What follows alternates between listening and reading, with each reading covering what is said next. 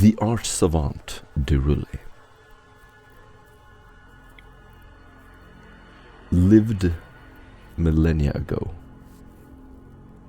and his disciple, Lord Kimisi of the Ordo Malleus, formed a sect of warp scholars and hellseers to study an ancient Eldari artifact. They became obsessed with it. You've been reading their texts and the texts of Lord Diruli as he interacted with some of the ancient night houses that were swallowed up by the warp storm plaguing the sector. And this disciple's cult was called the Abyssian Witnesses. Diruli, the master who spawned this unfortunate cult, thinks that an unseen force is behind the sector governors, and that the heresy stretches deeper than anyone can imagine. There is some force from beyond that he is unaware of.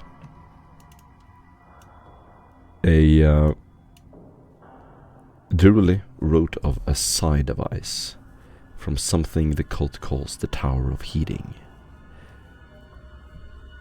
Diruli writes that he does not know where it is or where they are, but that the Tower of Heating has immense power and that they are conspiring with some other force to control the sector lords somehow, and that this is tied to the warp storm.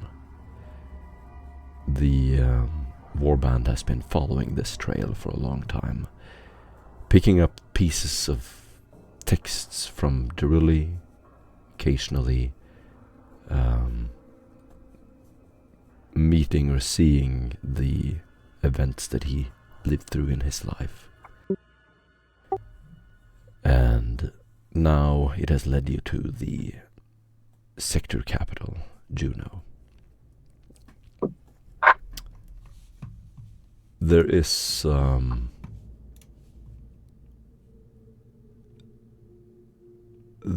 you witnessed someone drag an icon through the streets near the largest religious site in the city, on the main capital.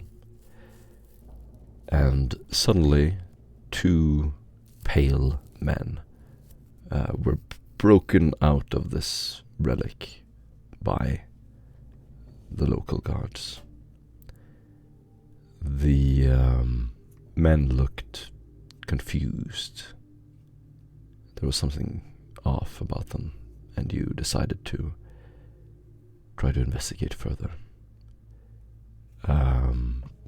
You hacked into the local Mechanicus archives and found that a local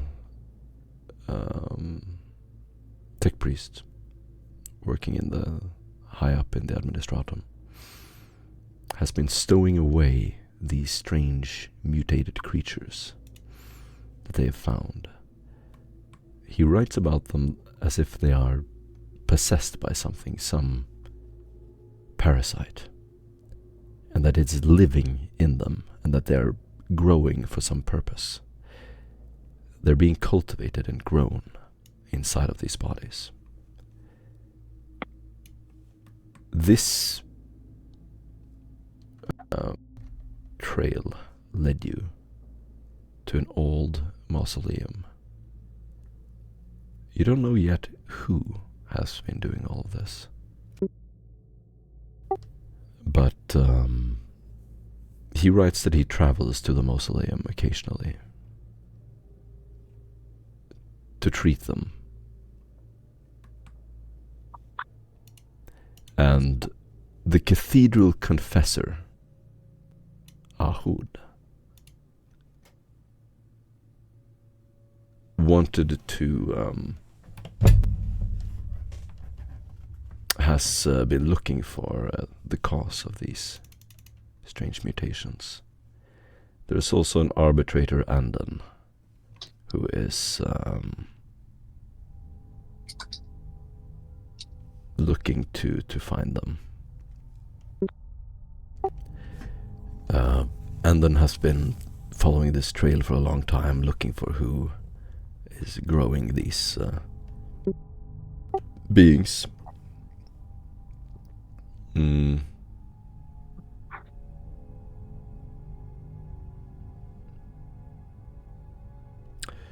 And yeah, that's as far as you've come, I believe. You're on the way there now to try to figure out what these things are. You've walked over this big bridge with a Gothic mansion in front of you. Dim lights, this orange, deep orange, yellow glow from the braziers and torches around you lead up to a foggy hill. Having made your way through the mansion by creating chaos in the crowd and a gunfight, you snuck your way past the mansion, which was heavily guarded, to the main graveyard containing the graves of the most important citizens on Juno. Deep in the night, you're walking up the side of this mountain, and you see the entrances to various shrines, left and right, cemeteries as far as you can see. The entire hill has been dug out and used as this underground burial site. You follow the data slate clue up to one of the mausoleums, and it corresponds to the name of the Magos Seridict.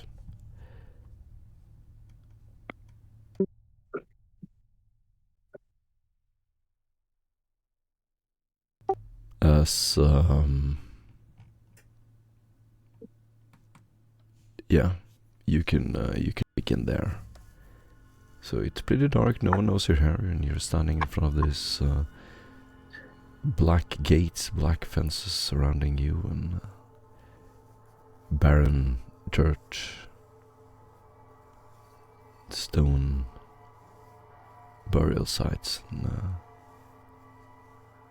these huge stone doors leading to staircases going down into the mountain itself.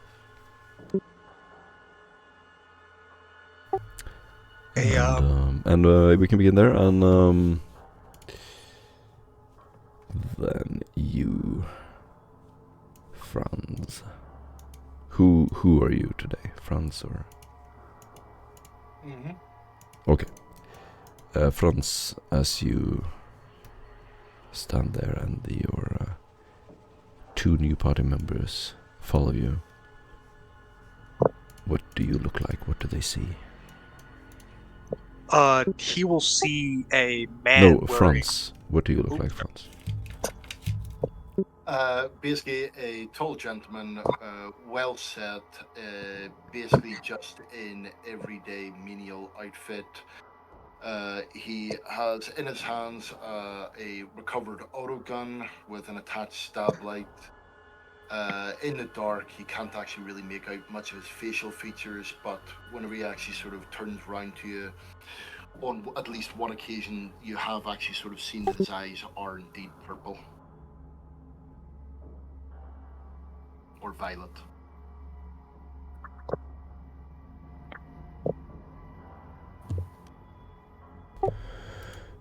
When he turns around and looks at you... It is violet. Boyle. What does he see when he looks at you, Boyle?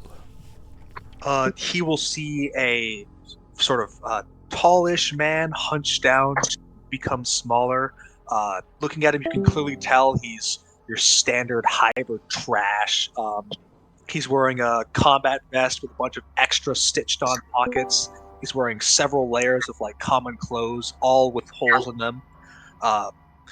and you can see that on his back, sort of crudely wrapped up in a towel, is clearly some sort of sniper rifle, most likely of the Las variety. At his hip is a beat up old Las gun. At his other side is a chainsword in similar condition, and as he approaches you, he notices the auto gun in your hand, puts his hands up, and quickly says, I'm a mutual friend of our common acquaintance. I'm not exactly sure how to refer to them, but don't kill me." Awesome. Njal. Yes. Right. Sorry, Well, we need to pause. You need to create a token for your character. Oh, okay, yeah, sorry. I just got the notifications. Alright. Let's see. Do you have a picture ready? Let me see. For now, though it might not fit the description, I do. Particularly instead of some of the other ones I was looking at, thanks to Boyle. Let's see how I get this damn thing in there. Sorry on my end. Just gotta edit the Roll20 character sheet. True, yes, sorry.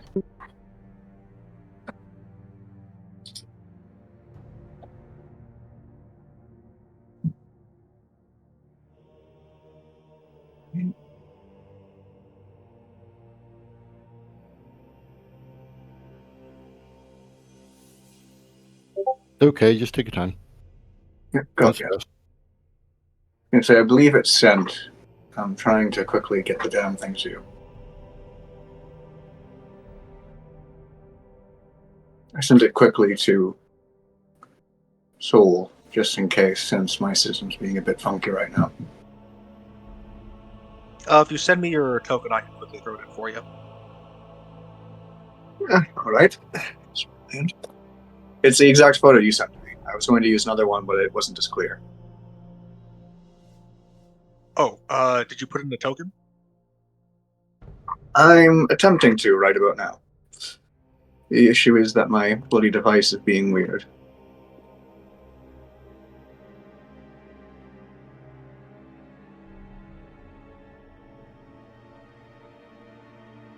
Alright, I'll quickly whip one up for you. Sorry, Land. Looking at the sheet right now. I can't seem to find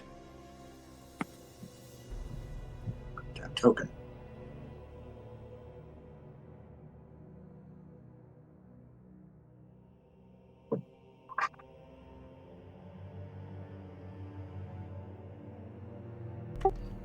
I think I got it here. There we go. Save changes. I think that should be it. Yeah. Got it. Alright.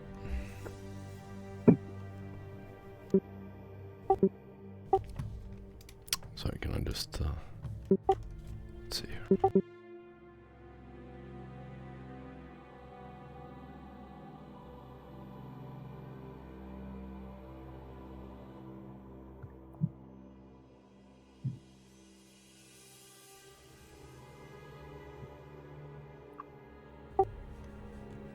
I can find one.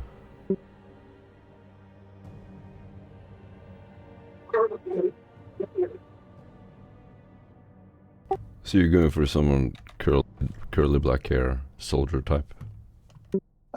Yeah, but I think it would be more dark brown, but still, housewise, entirely fine. Alright. Or investigator.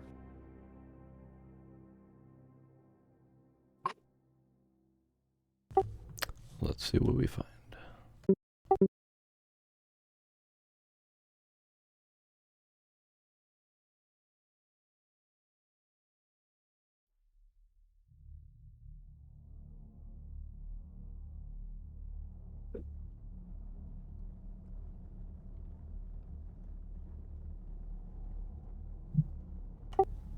Let's see. Pinterest is usually good for this.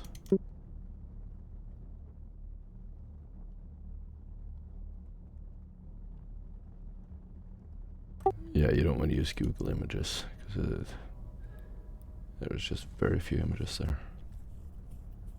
But if you do Pinterest.com and you search for not Warhammer 40k things specifically, because then it's a very limited amount of art.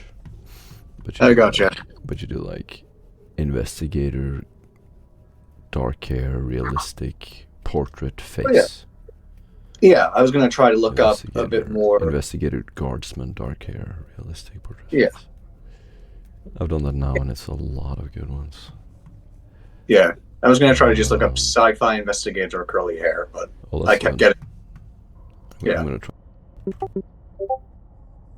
Sci-fi investigator. Sci-fi investigator. Oh, that's a cool one. Oh wow, that is wicked. That is a really cool one. But his face his face is not kind of visible, but I don't know if that matters to you. I was going to say, did you see what Boyle sent? Is that what you're looking at? That's what I mean. Yeah, that looks really cool. Yeah, I'm very much in favor of that. I would do something similar, whether or not the same. That looks badass. Awesome. And I said the character is supposed to be Liam, so that actually fits very well. Awesome. Awesome. Character is supposed to be who? I said his build is very lean. That's all. Do you think you said Liam? Yeah, I was going to say who's Liam? Liam Neeson. And then we have a guest star from Critical Role. No, I'll be right back. Let's see if fix that and run it through Token Maker. Tokenmaker.com.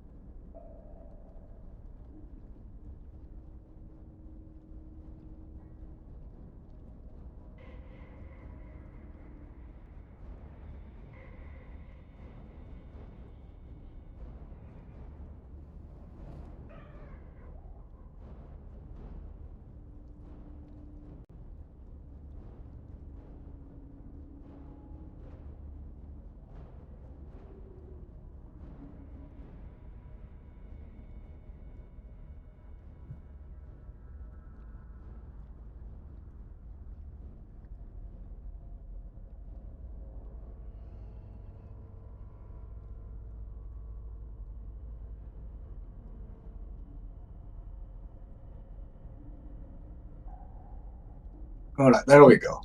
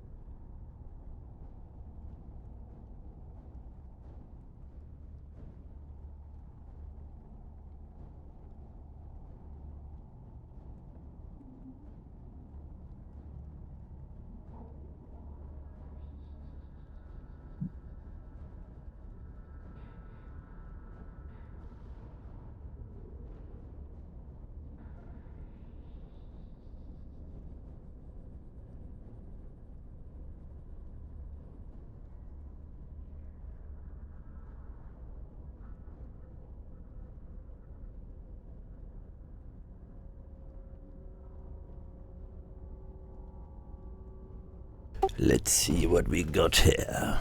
Did you nail it? Did you nail it completely? No, it is not complete.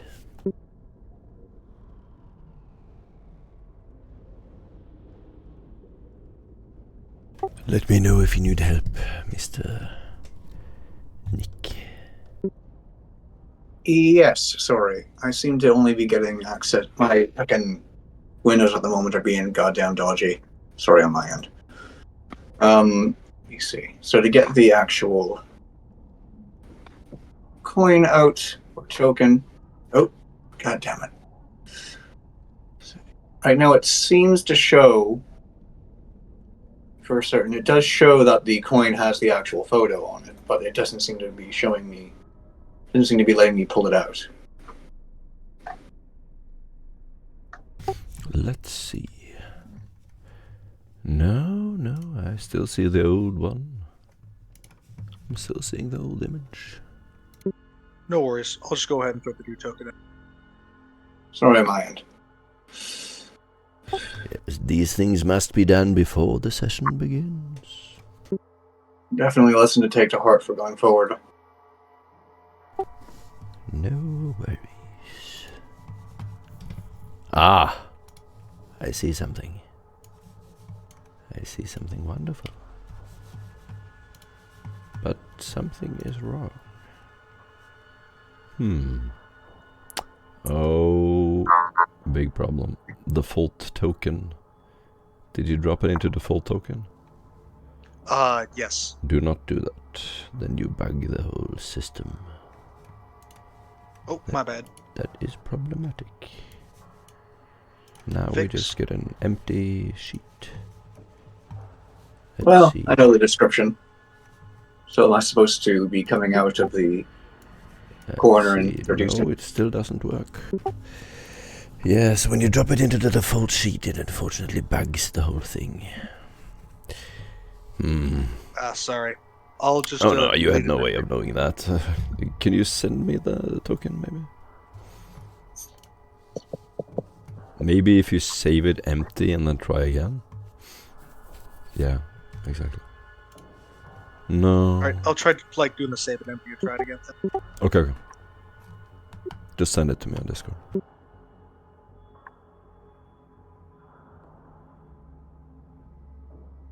The only reason I'm thinking that is because I'm the GM. Maybe it changes something. I don't know. There you go. Yep.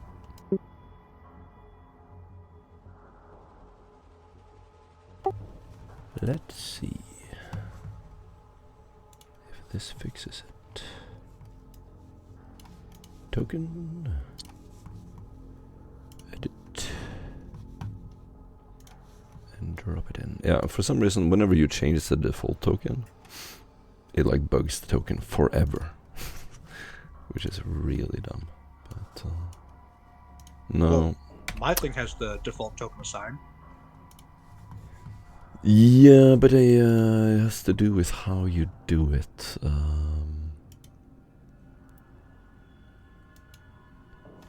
Let's see. No, still bugs it. Okay, let's try this. Let's try to upload the file itself. Then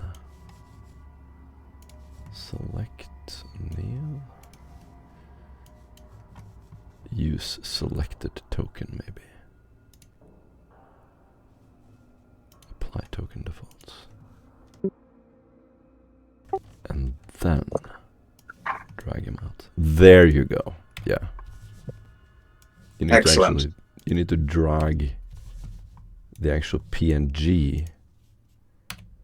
So in order to avoid what we just did, just ignore the default token one. Or if you want to use it, just drag the PNG into the game itself and then select it and click use selected token in the character sheet. The only thing to do is just before you assign it, make sure it's the size you want it, because otherwise it'll keep coming out of the same size. Okay. It's different depending on the page, so maybe if we use selected token shared with 19 players. Yeah, that might be a problem. Because what if we change it, or what if we get a new player? Will they not be able to see it or something? I mean, I think that's just like you could just click show all players, and then it'll just show to all the players.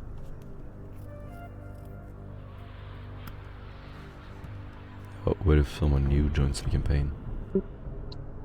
Well, I mean, then there'll be a player, but it'll show it to them. Okay. It's like a setting, I think. Interesting. Very confusing system. I've never understood that. Or like it's like all players. Like if you're a player, you can see it. I believe that's how. Oh, okay. So like rather than sharing it with like each person individually, if you just put all players, it'll automatically like show them.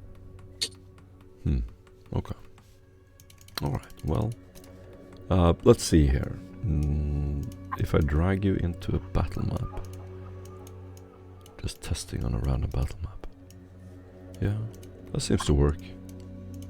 Alright, if it doesn't work, then we can just look at it again, but for now it seems to be fine. Let's see. Yeah, that should work. Alright, Nell, do you want to try to drag your token onto the map?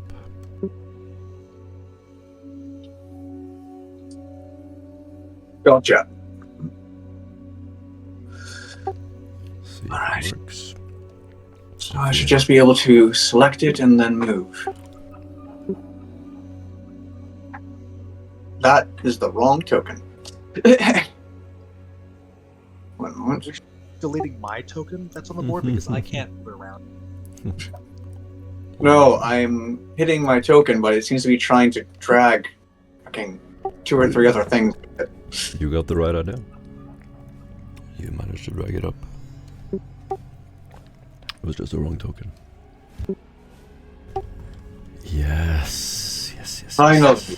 Sorry. That looks very good. Either standing nearby to the light post or with it annoyingly shoved up somewhere I don't want it to be. Alright. Njal. Can you also change your Roll20 name to be... Yes, I swore I did do that. That's strange. It resets every time you switch out of your refresh the page. It's correct. Really? So, Once you said it, shouldn't it remember it? Oh, that's the drop down thing. You can set your name to be whatever and just never Yeah. keep it that way. Display name is the thing you need to look for. that's what I was going to say, because I put the as to the character, but yes. 1 moment. So go into the cog. Yep. And then under display name. Who? And then click anywhere else and it will update it, I think. Well, I just need to click Save Changes, I believe. I don't have a save changes button. On my actual account. No. In the game. In the game. Right. Not your Roll20 account itself. The game account. Inside of my game. Gotcha. The top right of the screenshot. That's where you want to be. Yeah, the little cog up there. I see. Poor guy. You changed... Did you change your Roll20 account to be the... No. But I was about to consider it, just to get the fucking whatever. I was going to say, I know this will do something. Yeah. That would actually... Funny enough, that would not work. It would not. Yeah, just mash all the buttons. Plug it in and out. Alright, and to put the player name next to it as well, or no? The character name and then the player name, or just the character name? Character name and then player name in brackets, just like me and Aaron. Gotcha.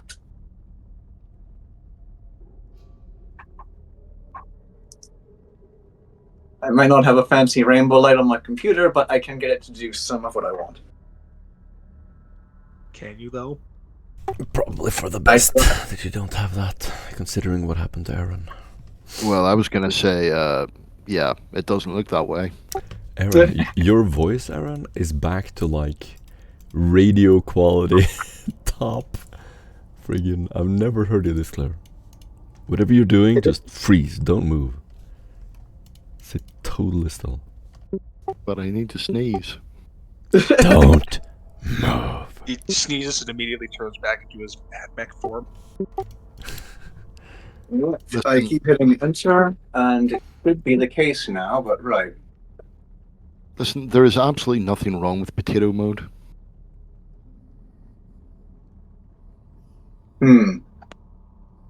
We'll find out if that's true. Right. It worked.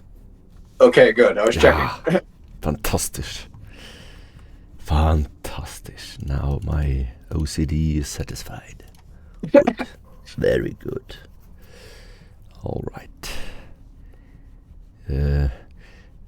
Standing on top of the hill near the mausoleum. The fog slowly rolling down the hill.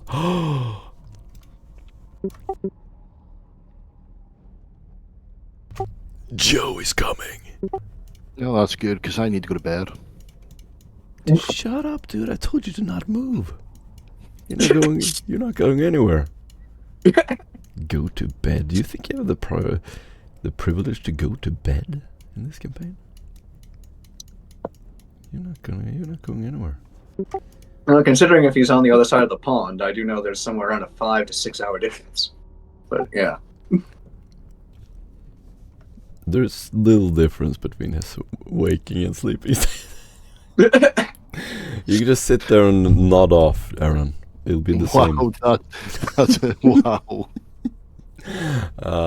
Well, Neil, how do you want to describe your character to us? Alright, you see approach you a man in a very, it seems, layered set of jackets, clothing, various pockets and compartments, looking a bit disheveled. Curly hair, dark brown. Eyes, also dark brown, but with a strangely very, very pale complexion. And it seems a rather confident yet snarky look in his eyes. Lean build, approaching slowly.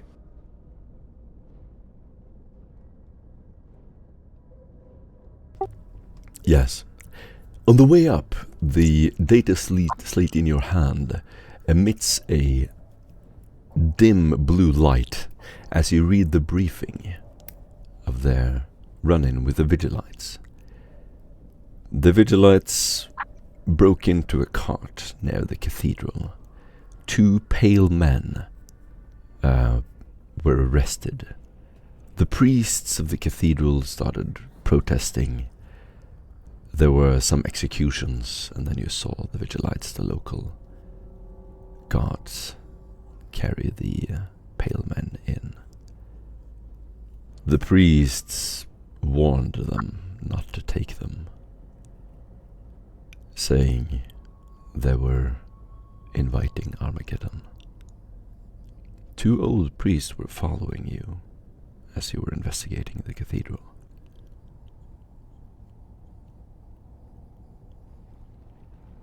You later discovered, by breaking into the Administratum data slate, the data loom, that the 2 pale men were broken out of the prison of the Grand Precinct. They were taken by the priests, worried that the infection might spread. The confessor, you found some texts. Ahul Machine tried to cure them. An arbitrator has been trying to chase down these confessors and Magos biologists trying to cure these pale men. So there's a cat and mouse game where apparently these tech priests and confessors try to hide these infested humans, and then the arbitrators try to arrest them and take them in.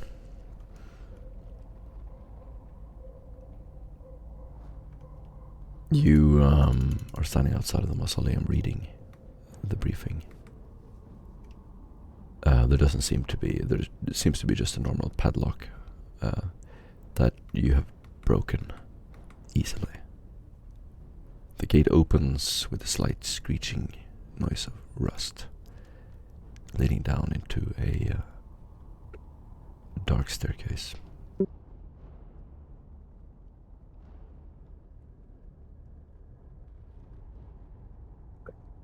Well, Right. Out of the 3 of us, you look pretty tough. He slaps Neil on the back. Why don't you go and make sure it's safe? Right. Apparently the very thin guy who seems to scarcely have any experience with any sun looks tough.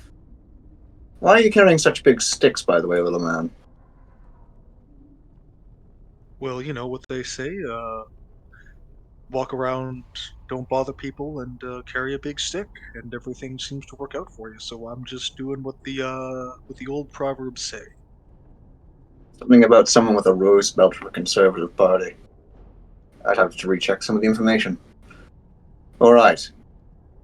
if there's 3 of us here, then at bare minimum we should probably, even if I'm the one proceeding, begins to take hold on a shock mole he has.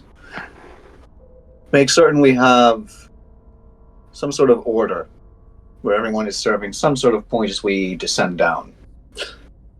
Anyone going to volunteer to watch our backs?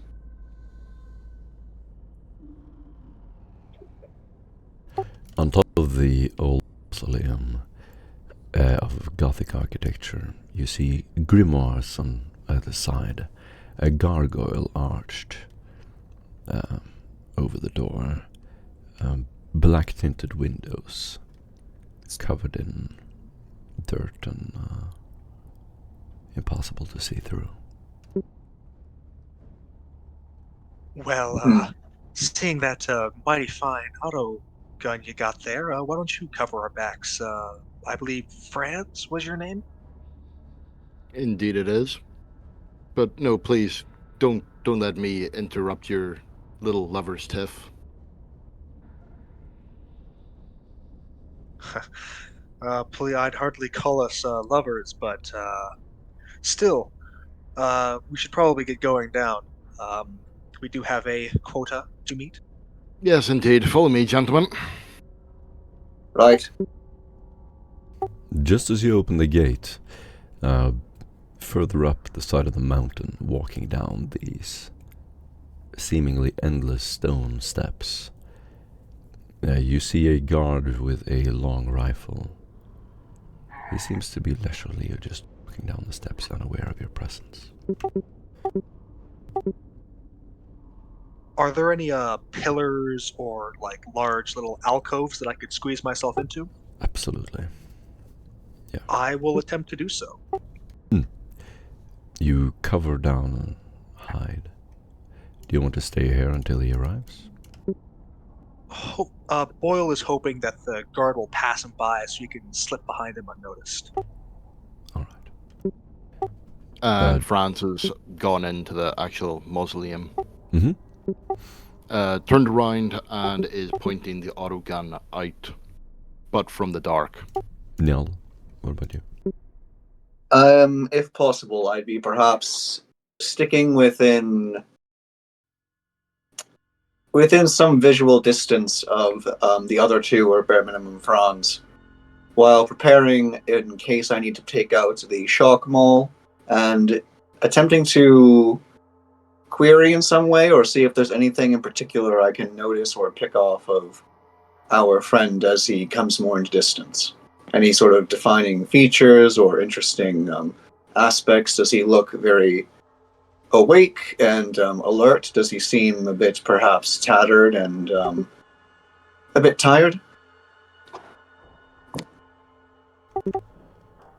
He walks closer and stealth test anyone who didn't walk inside. Stealth tests. You get a +10 from the darkness. And I think I'm going to spend a fate point on that. alright. Right. How exactly? What would I put in for the?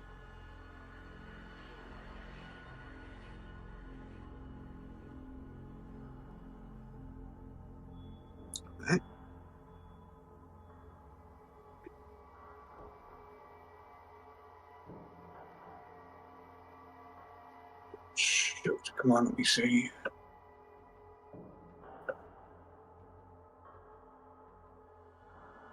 All right, and it's a D20 we're rolling, or? You'll just click on the stealth button in your character sheet. That makes a fuckload more sense. The man Sorry. walks closer and closer. He has a dark brown and black trench coat. He's pale, quite tall and muscular. He has a rifle resting under his arm, strapped to his shoulder. He has a sidearm and a belt. As he's walking down, he occasionally stops and looks at the view, takes a deep breath. There's a thick fog obscuring your vision, but it seems to have light gray or blonde hair. He keeps walking as the trenchcoat flows behind him. You'll hear Franz coming over the intercom. Does he look like he's wearing any armor? Under his trenchcoat, as you peer through the ones standing outside, it's quite likely that he is not built like a tank, but that he is wearing some kind of armor underneath. Do you want to reroll that, Boyle? Yeah, I used a fate point to reroll my stealth. I don't see the reroll. Oh, there it is. Yeah. I don't see yours, Neil. I'm trying to put forward. I'm hitting the button, however, it seems I need a to... box should pop up with a thing that just put the 10 in the box because you have a plus 10 modifier, and then press OK. Yeah, I was going to say, I was just going to check my information to see if I was missing anything, but gotcha.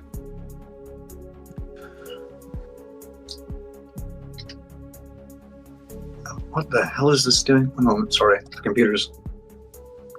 If he's wearing any armor, it's subdermal. Gotcha. Do you have a shot? Not quite at the moment. And you'll hear him actually adding this. You'll hear the sort of sound of something being tightened onto the end of a barrel. Boyle will sort of not exactly take aim, but softly pull his las pistol out of his pocket and direct it where he's standing, preparing to shoot if his buddy in the mausoleum fires. Got it. The enforcer in his black trench coat turns around. His leathery coat reflects some of the light of the brazier outside. As he looks in your direction, he has an almost... Those of you who have seen combat servitors before would recognize the cold, inhuman gaze of a machine intended for war. He has a similar gaze, lacking any kind of humanity.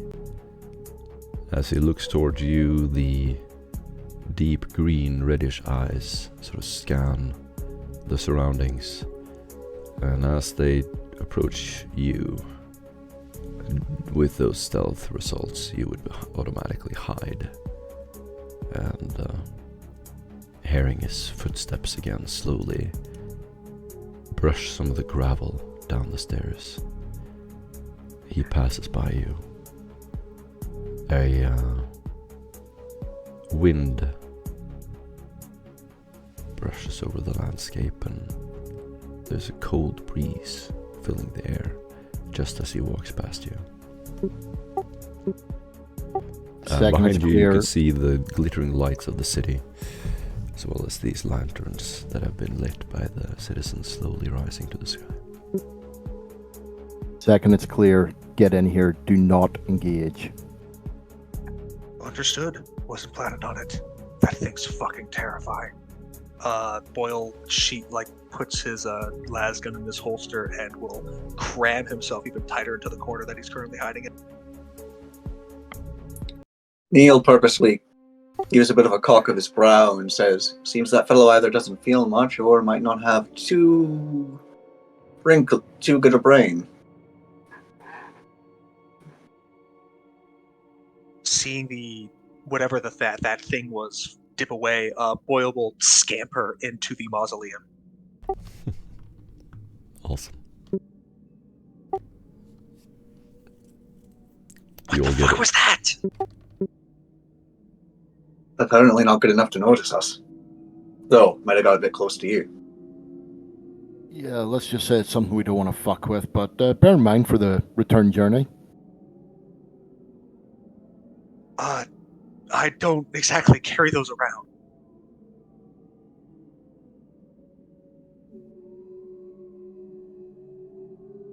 Do you have anything perhaps applicable on you, whether or not exactly what we asked? This might be able to help. And he'll click on an auger servo skull. I can have him hovering just inside the entrance, and when he passes around, it'll ping my data slate.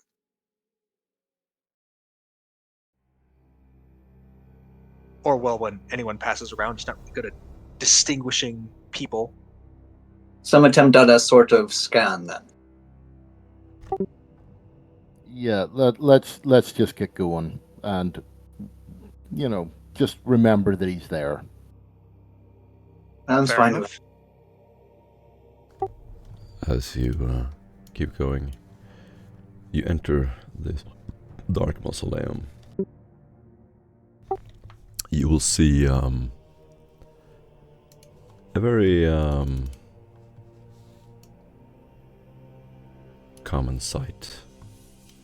At first, stone stairs leading down. The basement, as you reach the end of the stairs, is crafted from weathered stone. What kind of light do you have with you? Just a stoplight for me.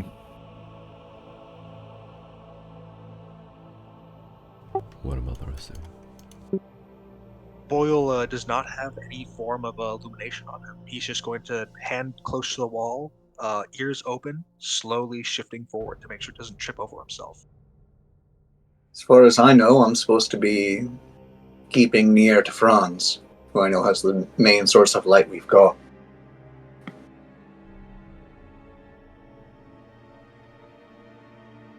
So Franz, you were the only one with the light?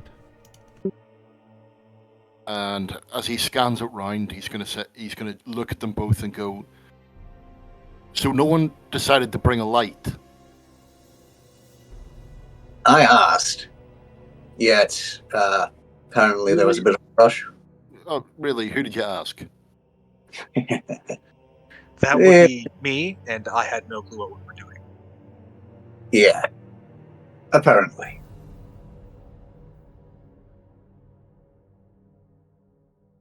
Okay, well, looks like we're following me then. Try not to trip over and, sort of keep your hands tight beside your sides and try not to get cut or hurt or whatever. Between my scuffling and his scurrying, we'll try to make certain we're within decent... I do not scurry. I stroll. Either way, we'll be making certain that we're within a decent proximity of you. And as Franz is now started walking off, all you hear is acolytes. Yeah. Cannon fodder. Not even worth it. I'll have to prove that wrong. Says under my breath. Perhaps to Boyle. Awesome. Boyle has also followed him and is now ignoring it. And you can vaguely, as he was moving away, you can vaguely make out some sort of, not in, low Gothic, but a sort of form of low Gothic that, to your educated ear, would be some sort of cursing. What about to an uneducated ear?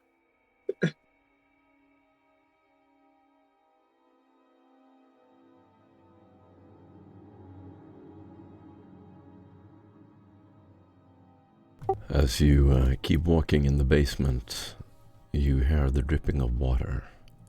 It is just an endless maze. You look down on some of the sarcophagi, they are open.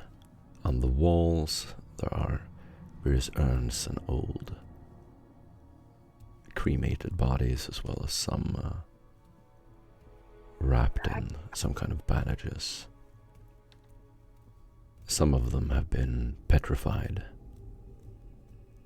The bodies are laying quite exposed. As you read some of the labels in High Gothic, these are servants of important masters. The masters are sleeping endlessly, their endless rest in various adjacent rooms. Their servants resting outside. There is not a sound other than your footsteps. And there must be hundreds and hundreds of bodies buried here as you walk through the corridors. You have yet to find any sign of the tech priest Seridict, or any names associated with him. Rating the dearly departed. this might be a good opportunity for this little fellow. And Boyle will pull out his auger servo skull, and he's going to try to use it to see if there are any life signs around other than us. Excellent. Can it see through walls? If I make a successful tech use test, yes. Awesome. Do you want it to explore freely or a certain distance from you? I'll go ahead and we'll let it explore just a certain distance from me. We'll go ahead and set it to a solid, just a 50-meter radius. Okay. You will all see it whizzing through the hall and then disappear around the corner. There are intricate carvings of twisted vines and grotesque figures. As you pass the dead bodies, you will see some of these grotesques. Perhaps it's a custom here, or for some other reason. Their expressions are locked in eternal anguish. The air is thick with the scent of damp earth and decay. You can still hear this distant noise of dripping water. You will pass a corner, and there only seems to be one way further down. As you walk to the left, there's another set of stairs leading down, another long hallway. Names you don't recognize. You reach the basement. The ceiling is quite tall. There are these arched ceilings draped with cobwebs, and they seem to shift slightly as if disturbed by something. The hall opens up and leads up to several small chambers further into the mausoleum. As you walk further in, you notice that you're in a large chamber. At the end of the chamber, there is a door, a stone door. There doesn't seem to be any way to interact with it.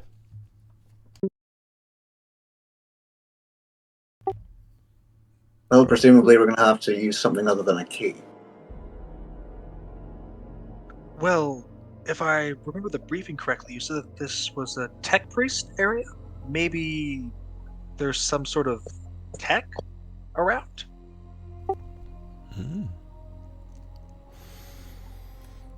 So Frank's gonna have a look, using the stab light at the front of the door to see if there's any movement in any of the dust or anything along those lines. If there is, then obviously he'll inform the other ones. Movement in the dust, what do you mean by that? Like something's been opened. Okay. Do you have any tools with you to analyze that? No, just using light. your eyes. Okay. Mm-hmm. Alright.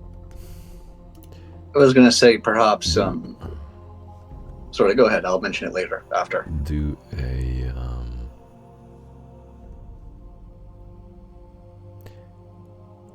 you can actually do a survival test. -20.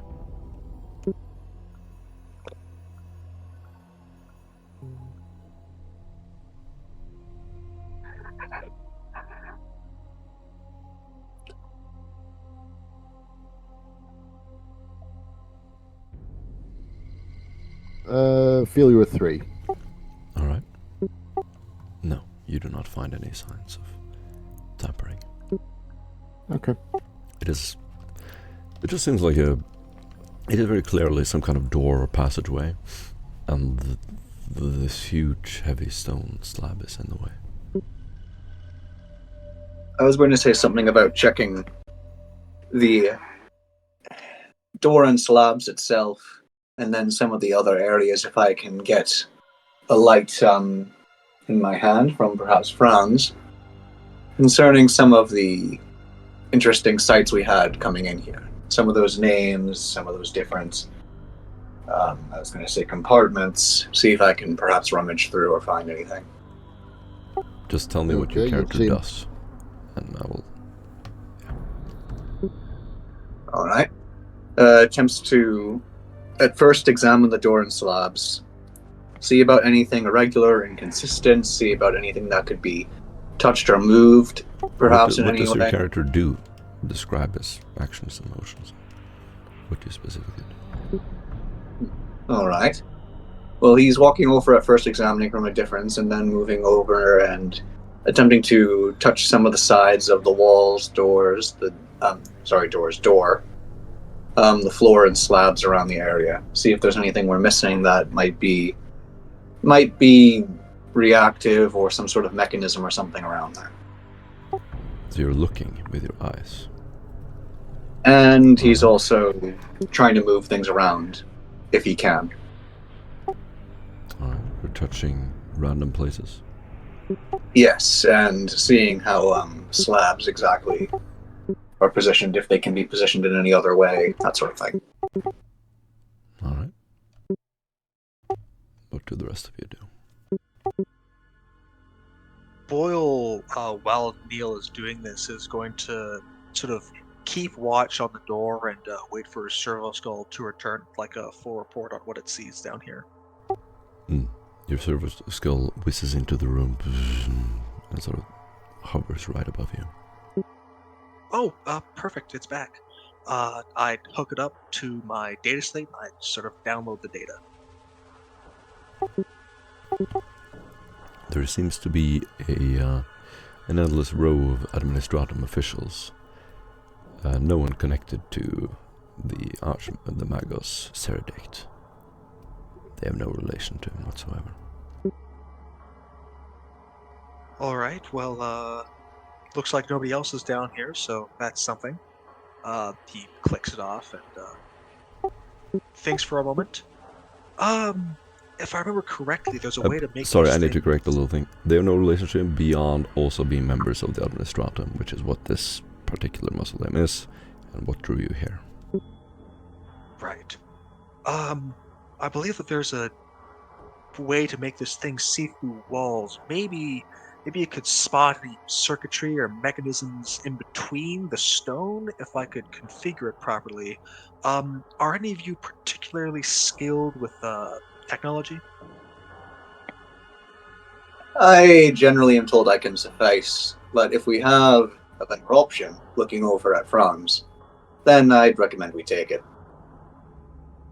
Yeah, unless it's blowing something up, I really got nothing.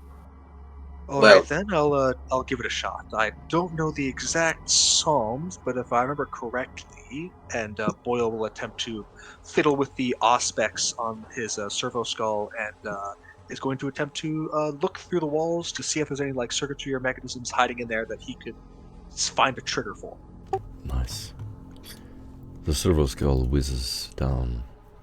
What does it look like when it does its thing?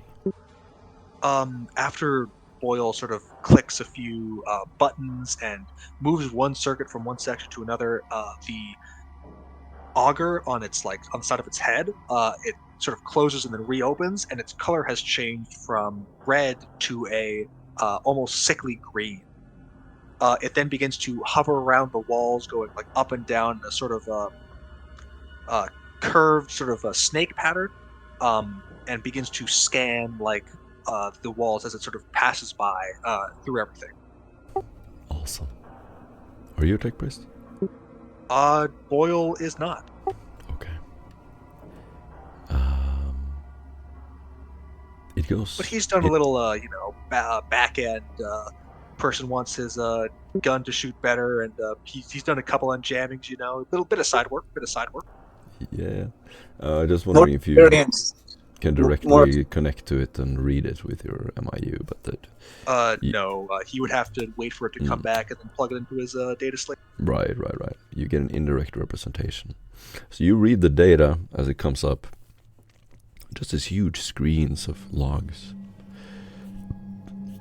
As the report comes up, you try to interpret it. And you can do a scrutiny test.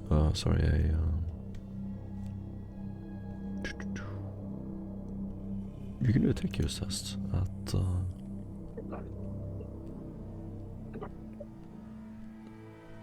-10. Yeah, Boyle takes a look at it with a -3 degrees of success. He will sort of take a look at the data, and he says, well, if I was a tech priest, I would probably be able to understand this. You want to give it a shot, Neil? May as well. I'm trying to check some of the different areas of these slabs and everything. It seems nothing's budging. This might be one of our best bets. I'll pass the data slate over. Now, what exactly do I press? Sorry? You just have to scroll with your finger. It's a touch screen. The tech use skill. Gotcha. And then a -10.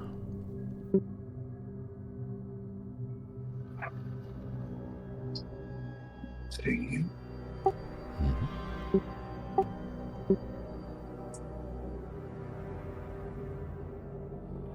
Alright. Here goes possibly less than nothing.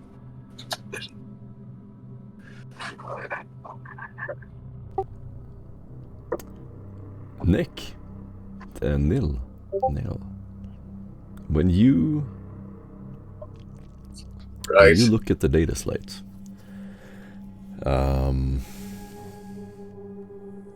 you read a not the surface data of the scan itself, but the electromagnetic signature, which is sort of a sub-reading of binary code. It seems quite strange. The tech priest that has been following you so far, Zeta Beta, he's more of a combat servitor, more than a tech priest itself. Right. Walks up behind you and hello again. Zeta Beta seems busy for the moment with something. But as you read the data, there is some disturbance in the middle of the wall to the right. I had thought... Some electronic devices inside the wall. Thought there was something going on with some of this. Boyle, I think I might have some ideas. So you can even pinpoint the stuff? exact. You can pinpoint the exact cobblestone slab in question. There is something behind it that is emitting an electronic signature. While moving this, as I said earlier, seems a bit of a challenge. I think you know that what's behind here is where we've got to go. There's a binary code that was showing, but something's a bit strange, and I think it could be leading right behind here. All right, so pull the thing out and let's go do the thing. Alright, you grab a huge cobblestone slab and you try to pull it. I just said I was having difficulty doing this. I was trying to imply somebody could help me.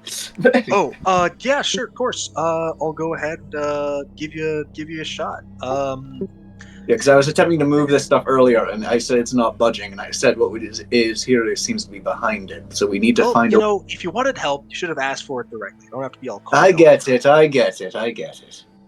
Sorry. All right. A lot of experience, not much education. Anyhow, this way. Right. You will have actually noticed out of the corner of your eyes that Franz totally actually understood that you were looking for help, but didn't actually volunteer any help. Yeah, I figure. You can see that the entire time while I was speaking to Boyle, I was giving a little bit of a snarky grin over at Franz, basically just sort of going, I see. Do me a -50 strength test. Sorry, I'm minus 40. I will assist. That's good to me.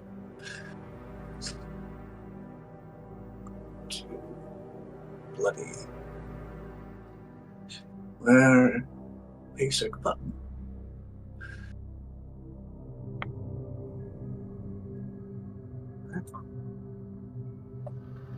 Select that.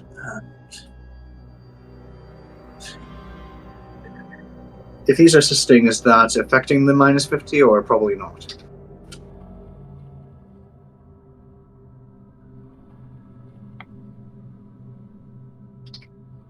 Okay. Yeah, it'll be plus 10. So it'll be minus 40. I just rolled minus 50, so I suppose we'll... You'd still feel with minus 6. That figures. Didn't get The checked rock yet. doesn't budge. Not even an inch. Unless Zeta thing Beta's stuck. got some sort of mechanism that could help us here. Under his cloak or something. Now we're starting to work smarter, not harder. Yeah. You might notice it's a bit of a habit of mine.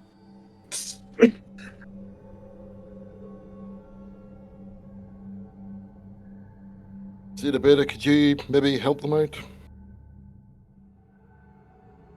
Zeta Beta seems to be totally transfixed. Receiving some kind of transmission, he is holding a hand up to his microbead. Just looking at the wall. Alright, Easy. Franz, I guess you'll have to get off your ass and do something. After you.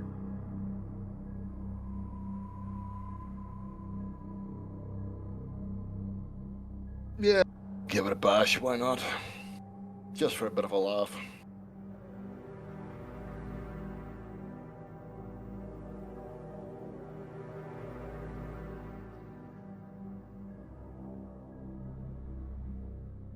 Alright, on 3. 1, 2, 3. Awesome roleplay. You'll get an inspiration point, which you can use to re-roll things that don't deal damage, like skill tests. You can only ever have one. Who gets the point? All of you. Solid. Excellent. It shifted a wee bit that time.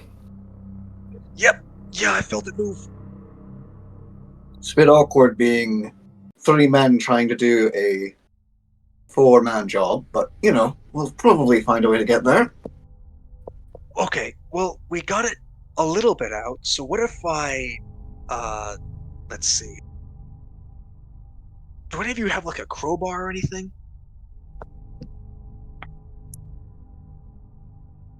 I've got some sticks, I've got a mole, and I'm wearing armor. And I'm educated, but at the moment I don't think we can use that for this. Well, I was never going to use this Adam. anyway. And Boyle will pull out his chainsword, and he's going to attempt to wedge it in between the rock and the grout to sort of, like, wedge it open. Using a lever. Okay. I'm here. What's up? You see 3 men working their ass off to try to pull or push a lever into between the cracks of 2 cobblestones stuck into the wall. They have detected some kind of electronic device behind the stone, and just as you wake up from your long call in your microbead, can you describe your character for us, Zeta Beta? You see what appears to be a Skitarii, but has a bunch of mechadendrites popping out from its back. It's basically like a skitter beast, if you will. Hmm.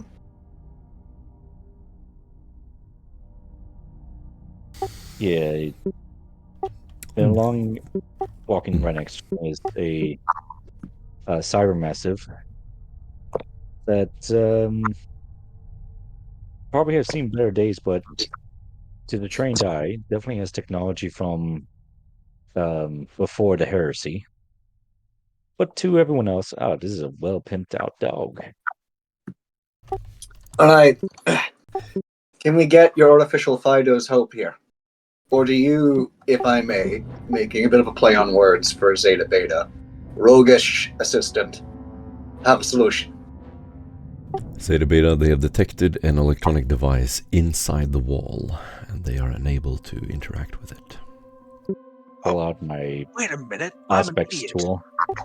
We actually already have the data here. If you can just, like, do your tech priest thing and look through my servo skull, you'll be able to see it easily. That would have been great to have told us Love the earlier. role-playing. This Zeta is going to pull out his aspect scanner and scan through the wall. Give me a second. Yeah, as you walk up and pull up your aspects, this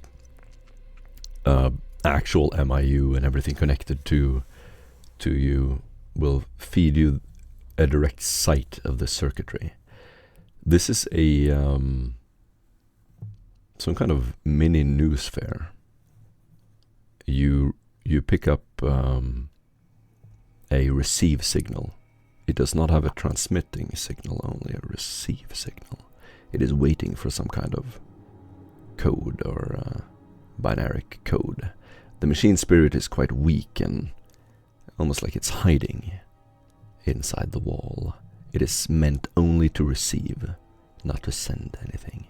It is quite intricate and modern, or rather built recently. And while you're doing that, Fran's is going to walk up the doggo, basically crouch down, and you can hear him actually sort of saying to the dog, is he okay? Was he glitching? It seems to be that your, shall we say, servant was offline for quite some period of time. I think it's his best friend. What does the Mastiff do, Joe? So, how does the Mastiff respond to this?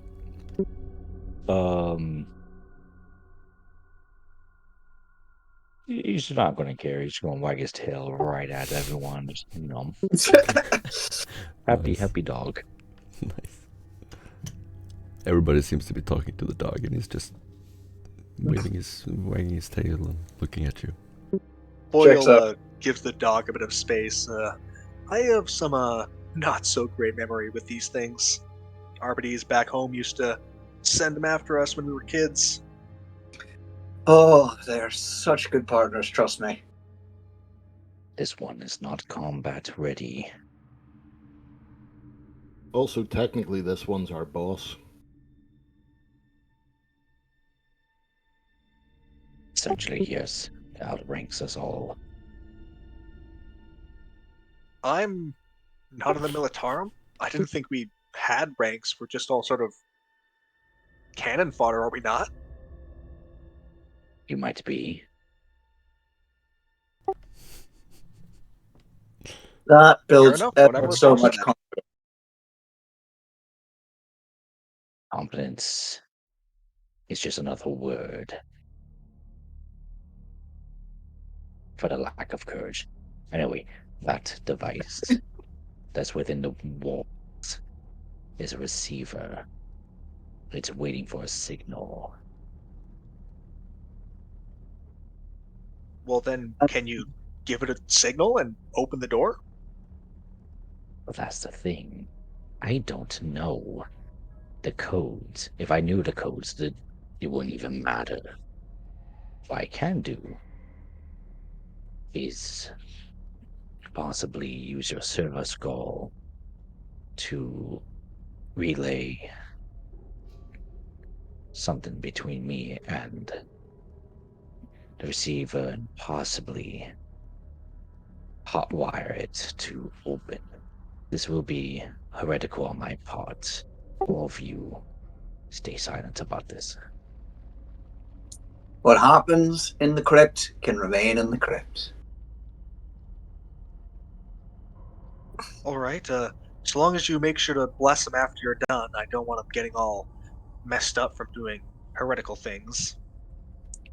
Well, Boyle, seems we're going to have to use your tech to link up to apparently a person who is tech, and we can perhaps get some excuse of an answer. Well, yeah, I was here the whole time while he was explaining it. And I know. here you go. I'd hand you the Servo Skull, Zeta Beta. Zeta Beta, do me a minus 30 tech use test. I was also If you have any kind of tech use crafting skill, you can do that with no modifiers. Second here, crafting for Especially if you have heretic, any kind of forbidden lore in tech, you can roll Archaeotech. I do have it. that. Yeah. Yeah. You can do that at a flat roll. And apologies, Caleb. I was just trying to make a bit of a joke remark about. Gotcha. I like to use my inspiration for that. Mm-hmm. That's good. Yeah, inspiration is fine. 4 degrees success, mine. You make the most advanced type of device that you could in this circumstance, in this crypt, to scan all possible frequencies and try to see if you see any changes in the signal received back, or the reception of your signal, rather.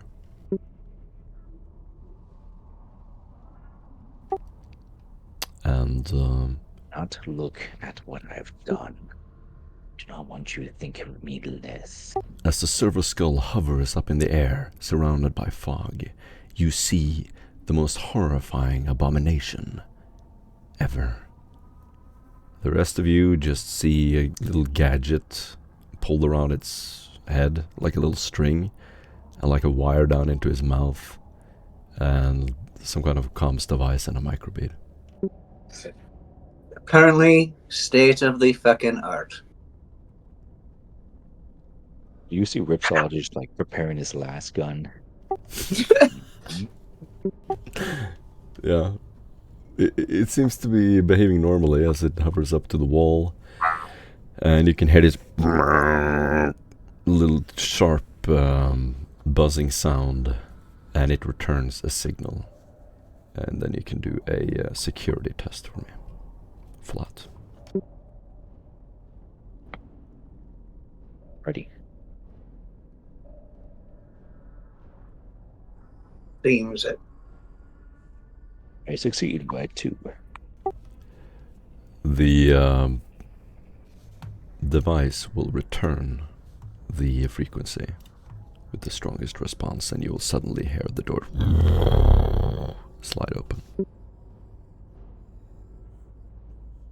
Then you will see Ripsaw put the barrel of his hot glass into the servo skull and destroy it completely. It's his servo skull, bro. You sure? No! No, I'm not going to question your Can't actions. have that. I was waiting for you to realize I thought you were going to reconsecrate it. You see the You tech just killed priest. Joe. You see the tech priest pull out his. Nice. If I remember right, it's a hotshot last gun. It's a hotshot blast gun, yeah. Yeah, the servo skull just like pummels and starts rolling up against the wall. Gets shot another time.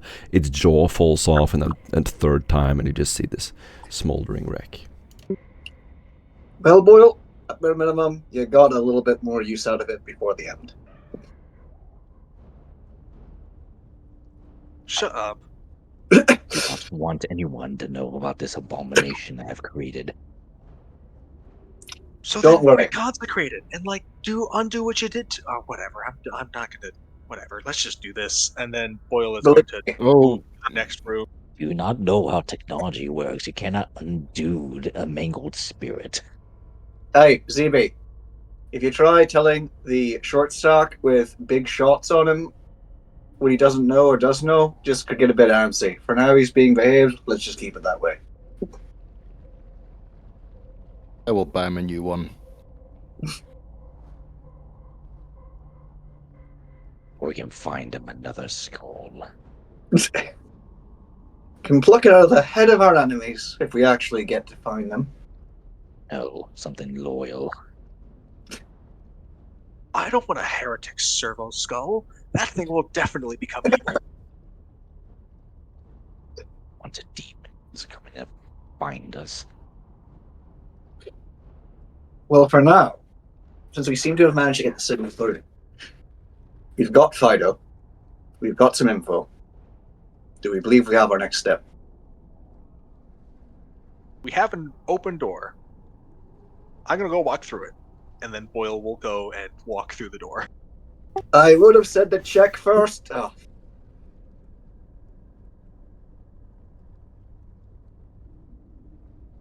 As you walk in the door, it leads to another set of stairs. These lead further down in a circular motion. As you start descending, you can still hear this dripping water. In fact, it sounds more like running water at this point. Like you're close to a river or something. Some kind of water moving within the mountain. As you, yes, it is quite dark. As your stab light is the only thing illuminating the halls, and I suppose your light as well, Tech Priest. You So see you'll hear Franz. Sorry, you'll hear Franz coming up over the comm, going. So, are we quite happy that we walked off in a half after your servo skull got blasted? What's the view like? I don't know. I can't see it. But I can hear now that drip is becoming more of a stream. So, that'll be great. I really hope that it's not going to be, all sewery down there. But no, Other this is than a hive city. Yeah, this is going to be a sewer down And there. you'll feel someone push past you with a stab light and take the lead. I've been about to Thanks. say, we should probably get back in the order we were in before. No arguments from me.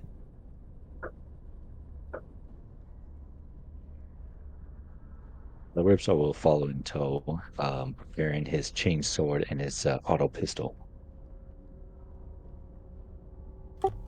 Nice. As you reach the end of the stairs, it leads into a long, dark corridor. You use your light, and you're deep underground. It's like you look up, and there's like rock and half-finished cobblestone walls. Everything sort of blends together. Some dirt, some places natural rock. As you walk further into this quite wide corridor, almost looks like a cave more than something built by humans.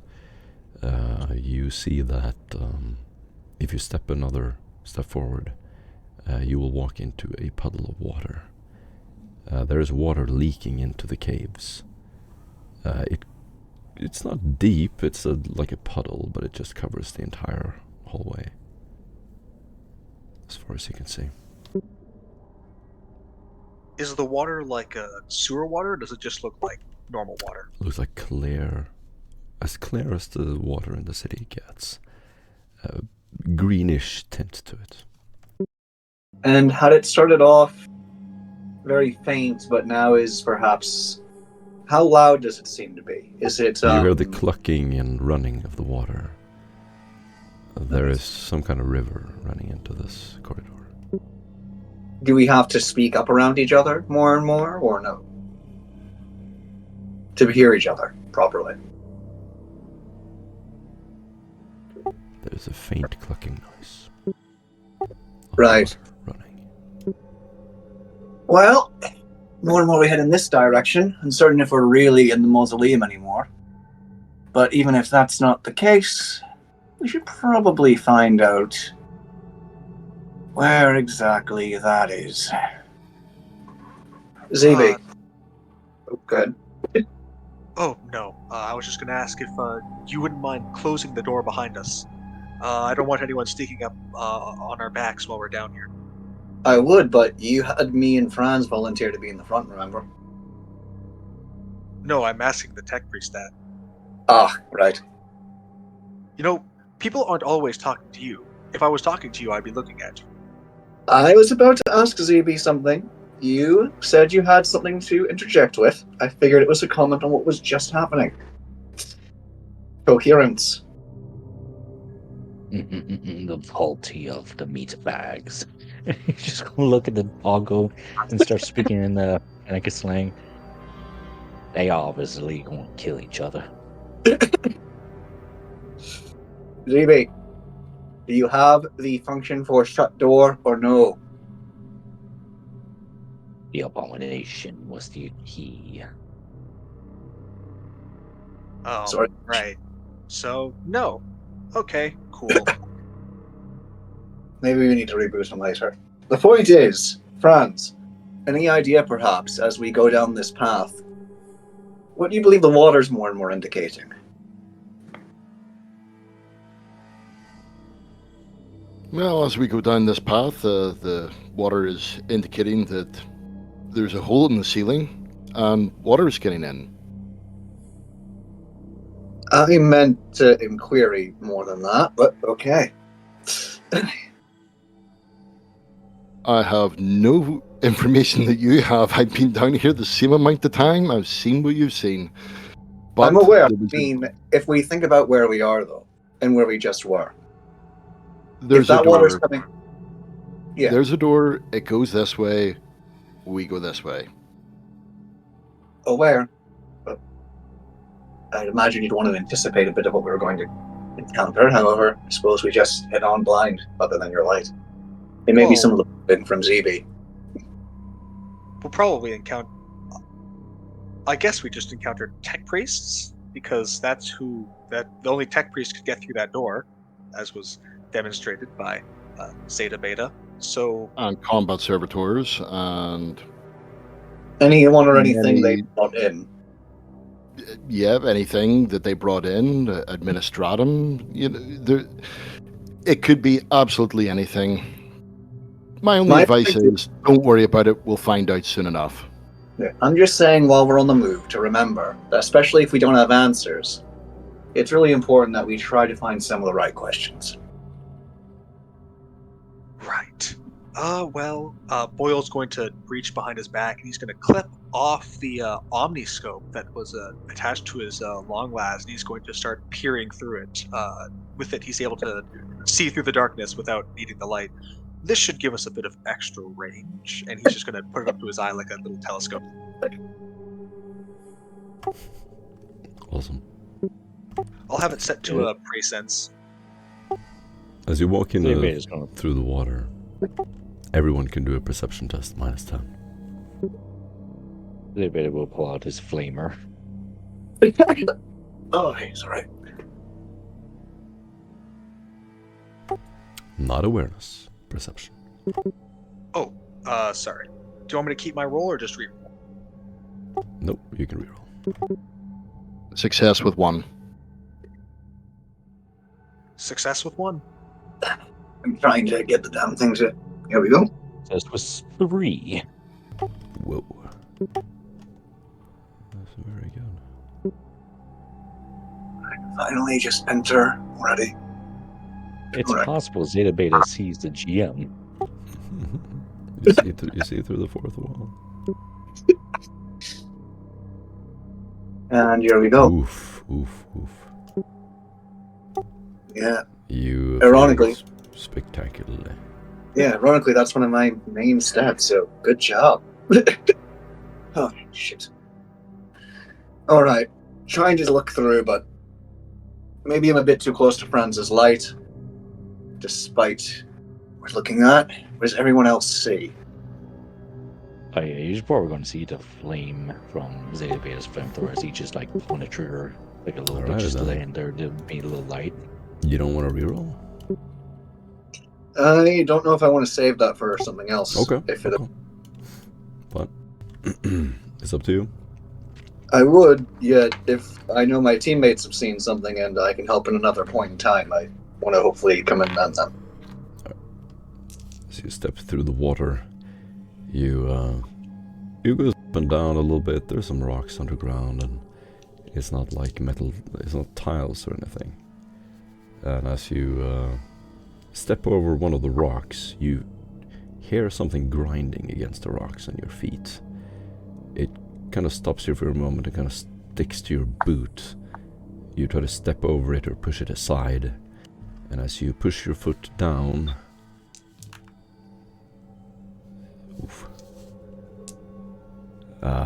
you will hear a sudden and you feel first this intense burning pain in your leg.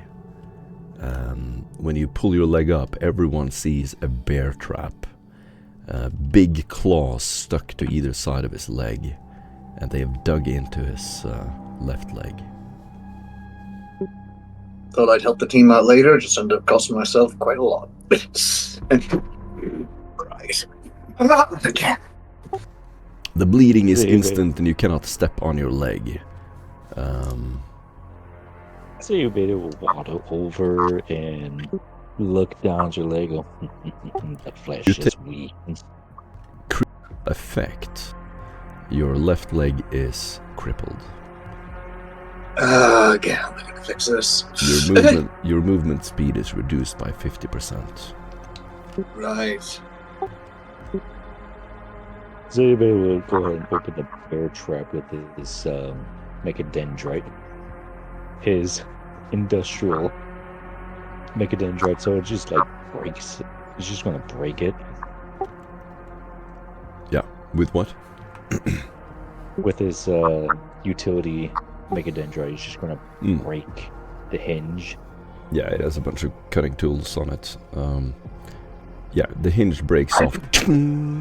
It's still stuck inside the flesh of his leg. You see this pool of blood running out. The water instantly starts to pool out from his legs as he kicks the leg back and forth. The blood sort of slowly expands to cover all of your feet. He's losing quite a lot. Is there any way I can use one of the 3 stims I've got? Just tell us what you do. I want to try and see if I can use the stim to in some way heal myself or pull off some sort of Medicaid check to help the situation. You don't need to say what you try to do, just say what your character does. Zaybe is going to stop you as he sees you pulling up the flames. He's going to stop. He's going to like start pulling out the teeth of the bear trap, and with his mechadendrite, he's going to start stitching the holes in your foot. The metal pieces fall underwater, and you hear this deep clank as they sink. The pool of blood expands, and you try to suture his wound.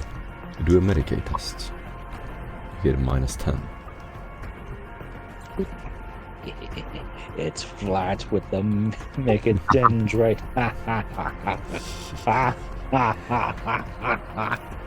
You see the fastest operation you've ever seen in your life. The tech priest leans down, and what do we see instead of it? Oh, you see this mechadendrite come down, filled with needles, screws, and freaking like saws, and it's horrifying to look at. You see him just grab your foot and raise it up, and as you see the mechadendrite just quickly suture up the holes in your foot at lightning speed. You feel pins drive into your foot, precisely making sure that the holes are sealed. It is terrifying to watch, but at the same time, overall, this experience is just terrifying. It's just a robot man grabbing your foot and just like sewing it together. It's like, and just giggling and laughing to himself. The flesh is weak. You should replace your leg. I know that's not the whole story from my experience, but I don't have time for stories. Is it going to help or is it not going to? It will help for now, but replacement of the foot is ideal. Replace it with machine. We'll have to discuss this more later. However, what were they trying to be prepared for here? What exactly do they think they need this for? Intruders, of course. Of what Fleshy sort? intruders. That wouldn't work on a mechadon. It wouldn't work on a robot. You see, with your extended medical experience, that he needs Medicaid attention. Extended Medicaid attention. But the bones in it are a bit out of place. Yeah. You also We gain 2 will. levels of fatigue. Yeah. But we can note that later. I'm going to have to find some way to deal with this. We each were selected for this job for various reasons. Mine wasn't exactly my physique, but they just fucking me at all. Why don't we discuss this on this rock here, while I go ahead and move your bones back to place? Fine. Thank you. I can lend a hand. This will be excruciatingly painful. Fight on something. Right. Immediately takes basically the really large collar of one of the layers of pocketed jacket and clothing he seems to be wearing, and just immediately bites into basically the side of that. If you choose this will be dissecting this foot. I've done plenty of organ harvesting in my time. It shouldn't be much different. Fantastic. Weak or not, I prefer what's organic and genuine, but we need to get moving. Doggo, hold him down and comfort him. Dago immediately runs up to you, puts upon your leg. Right, fine. Franz, Just hold before the you light. start. Yeah, just before you start, he's going to take your little sight and basically turn his back and basically hold the light so that it's actually there, but he's using the sight to look down the passageway. So he's got the light on it and is looking down the passageway. Here, I'll trade you. I'll hold the light. You can take a look with this. Okay. All right then. Let's get to carving. Excellent. Hopefully our friend from earlier doesn't show up too soon. You're going to hear a little buzzsaw as he's going to start like cutting away into like his foot, starting from his middle toe going down to his ankle, where he's just going to like cut another line across his foot and across his ankle, where he's going to just open the folds of his skin right there and look at it and goes, yes, a fracture here, a fracture there. Some staples will work for now. Yes, staples will work for now. And then a pain sedative will work to reduce the inflammation. Yo. Did you just cut his foot open? Yeah. Alright, you've fixed the bleeding, you've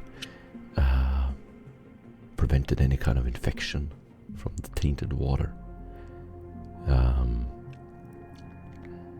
Probably enclosed the wound, completely disinfected it, and yeah, you're limping along on kind of a foot just totally bloodied, wrapped in this medical protection foil. It'll do for now. Make it through this. It'll hopefully be better. Then, this. Yeah, right.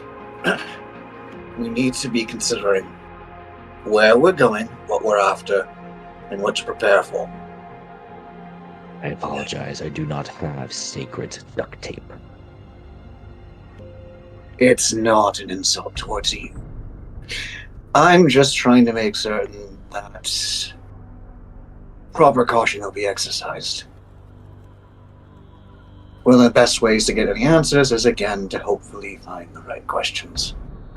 I'd want to do that. We could always find a leg for you in the future, and then replace your leg. I understand that in the brief time we've known each other, you've taken a special interest for some reason in specifically me, matching some of, we'll say, your apparel. But for now, we need to concentrate on the objective. Right, so it's settled then. In the future, we'll replace your leg with a nice augmetic, but for now, we will focus on getting through what I hope is not a minefield. My little friend, I appreciate that. Is the water at the moment?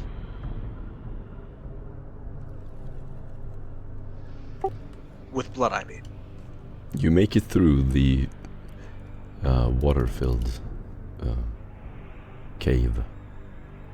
A series of catwalks and dark corridors covered with filth and garbage is further in.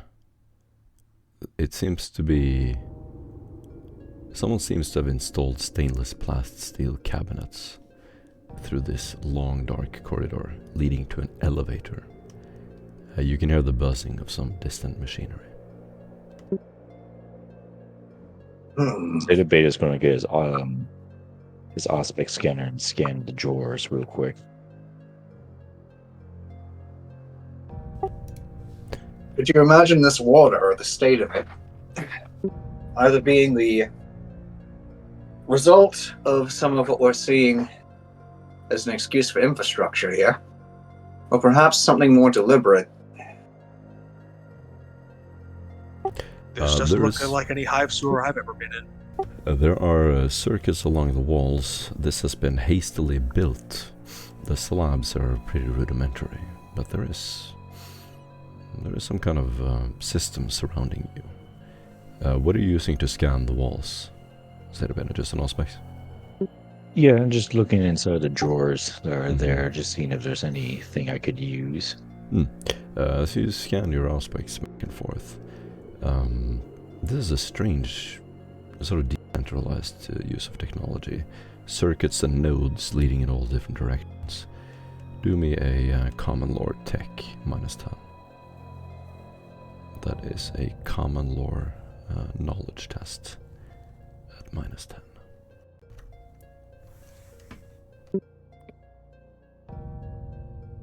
Is this Mechanicus or is it tech? Just tech.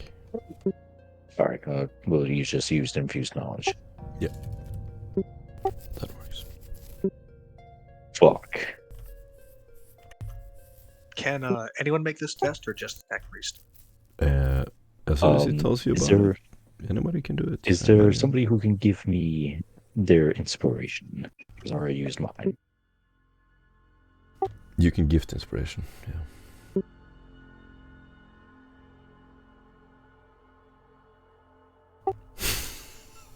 Total silence. I can attempt my own infused knowledge. No, sorry, dude, don't have any. Oh. Say one more time, sorry. Sorry, I don't have any.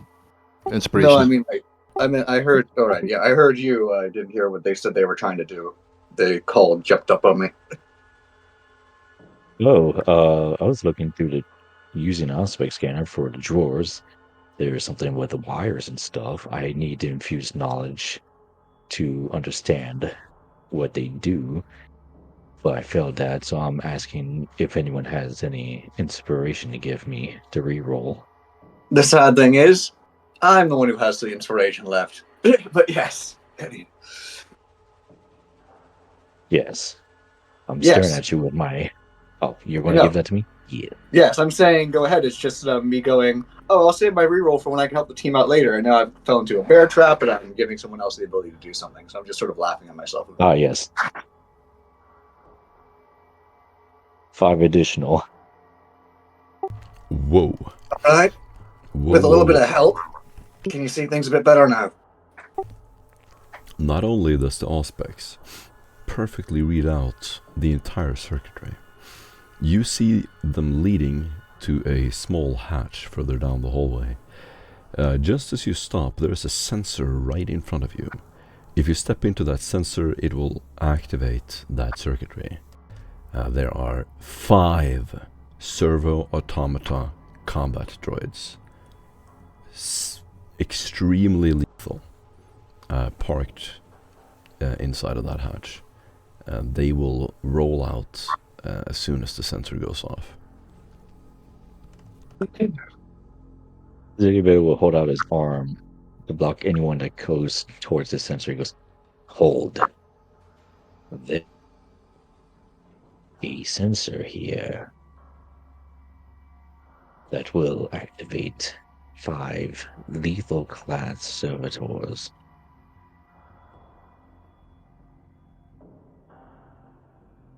Is there any way around?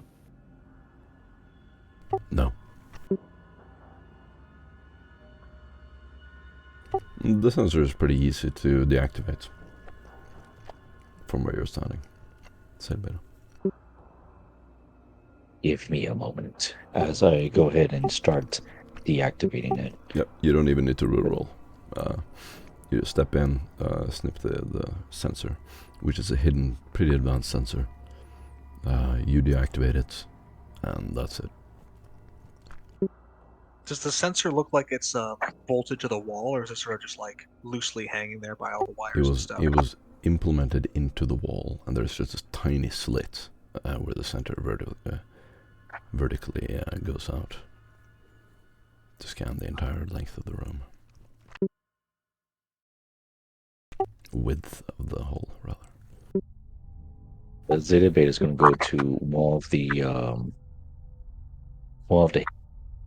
servitors and he's just going to like try to open it.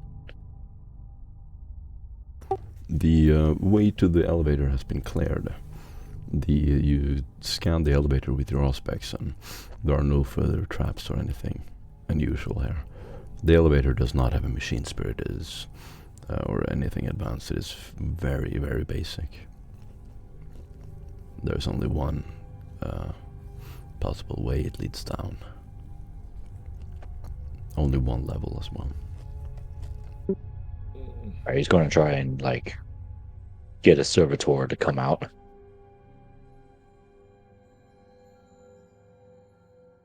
He wants to reprogram a servitor. Alright. You walk up to the gate where they are supposed to spring out.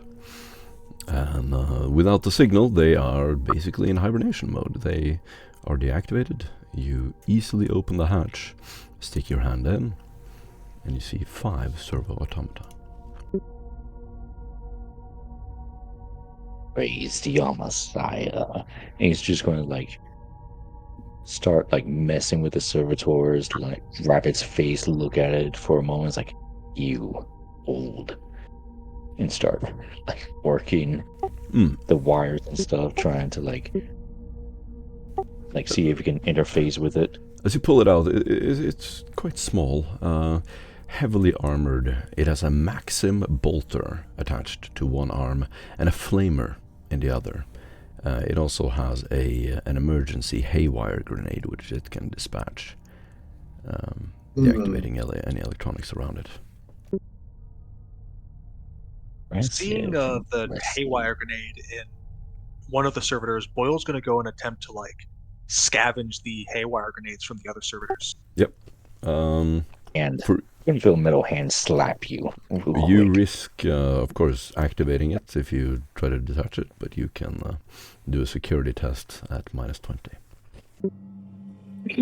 End up sitting under my breath really quickly. Ron's.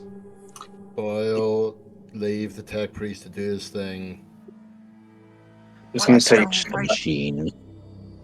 are you getting a bad feeling about this? But yeah, go ahead. Sorry. But they're right there. Do you know how much you can sell haywire grenades for on the black market? I do not care. Yes, but you need to be alive to be able to sell them. That's the only problem. Please, I could get that thing on. You mess with this thing right now, it'll activate, and we're more than likely to die. It has a bolter on this thing that is made to make meat bags like you into paste. Not if I don't fail. Boyle, Shut up. might I Me. quickly add that in the amount of time me and you have known each other, I credit you with having a lot of experience, even if not a lot of education. But I'm not going to bet my life right now on solely your luck. Come on, let's let the priest do what the priest does for now. For And now. with that, you will actually roll his feel eyes and back off. Well, and as you're backing off, you'll actually feel the barrel of a gun slightly just push into the back of your head.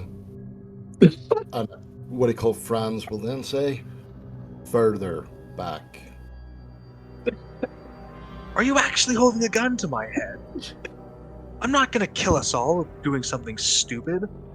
Boyle, What the- Boyle, you know what business we agreed to when we signed up for this.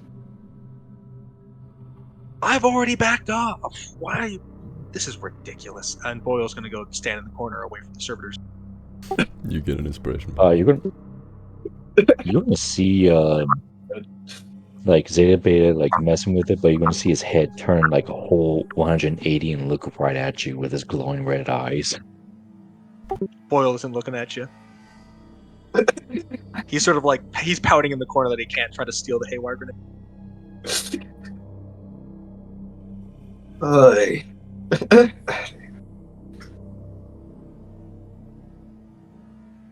You can use trade armor at -10 to try to reprogram the machine. If you fail, you will wake it up under its current programming. Wish me luck, everyone. Also, I like to use before I do roll. Let's see here. Do I have any? Yeah, I'll fate point this one. Fate point for +10. Okay. Yep. The machine is just resting on the ground, looks completely harmless.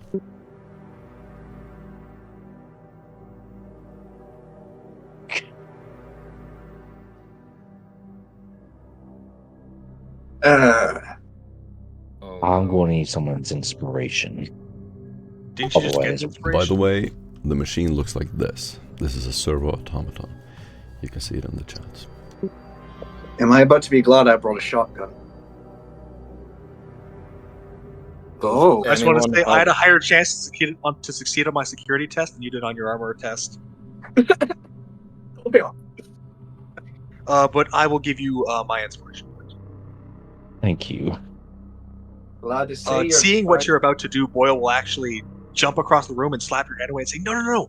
Look there! That's the red wire. That'll turn it on." Oh, fecker. Yeah.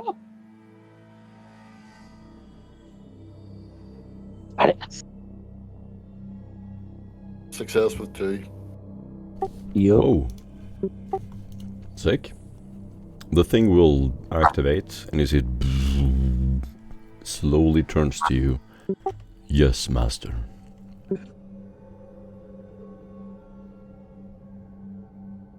Praise the Messiah.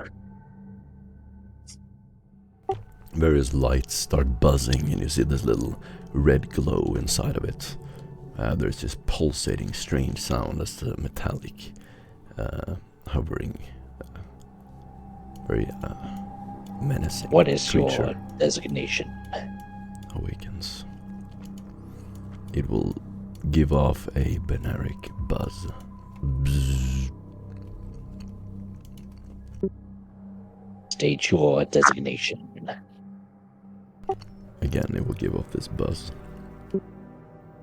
I think its designation is, and then Boyle will mimic the buzzing noise. What does it translate to me?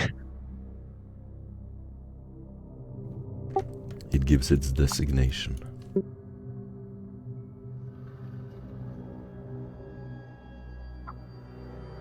All right, I'll just repeat it back in techno lingo.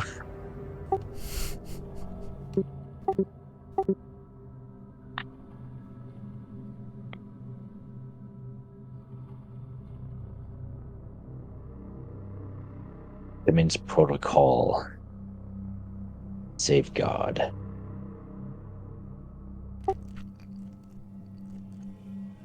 It What is is very simple program. It just wakes up and destroys. Oh, you Right damn now it your is dumb little in, servo. right now it is Well- in subservient mode and will just receive orders. Seems fracking good at its job then. Very well. Follow, servitor. It will hover after you. Seridict is going to look over to Doggo and is like, "You're the smart one here."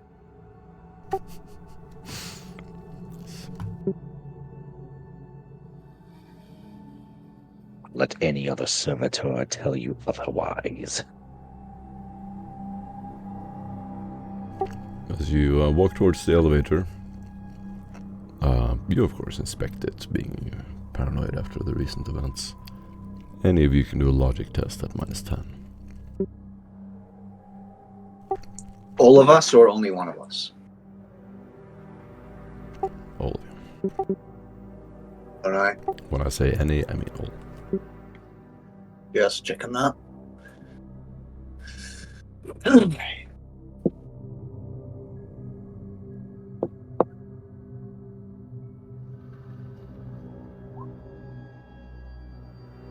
So Franz will give it a once over and go, yep, definitely a lift. You say +10 or -10? Oh wait, I don't even need to do a logic test. I already know what the fuck it is.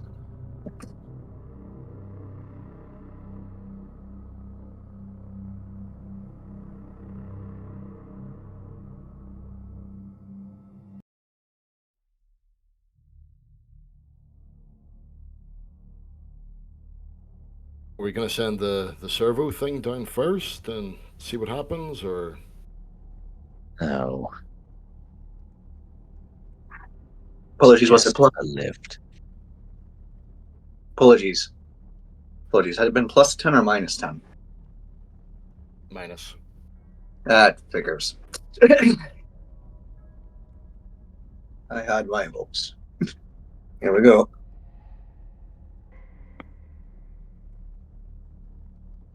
Oh, thank God. Nice. As you step into the elevator, Neil, you notice that the middle part of the elevator has ferrocrete panels that are loose. You should step to the corners of the elevator to avoid falling. The elevator effectively has no floor in the middle, or rather it would just fall down if you stepped in. Alright, everyone. Remember what I said before about caution? Yeah. Yes. And We're going to have to skid around the side here. Get to the corners and do not go through the center floor. Basically, there isn't a center floor. can the guy Boyle will gesture vaguely to the servo automata. He's floating, will he be fine? Course he'll be fine. I was specifically referencing how we walk. But yes, as long as Fido can also make it across with us, we should be good. But you're going to have to stick to the side. Get in the corner and move along the wall. Trust me. The elevator I'm starts. not doubting you. I don't know how the floating works. I thought that it pushed against the ground, like we push against the ground with our legs, but with It could also tech. be, well, again, there's plenty of other aspects to get there involving propulsion, but I'll have to explain that to you later, Boyle. For now, wall. The elevator starts grinding and screeching as it slowly leads down, and you find yourselves in pitch darkness. As you reach the end, the elevator opens to a long cylindrical tunnel leading down 45 degrees. There is a panel on the wall with a simple machine spirit. It seems to connect to something behind the walls. This is a natural cave. As anybody will go ahead and interface with the machine spirit. Do a common law mechanicus test.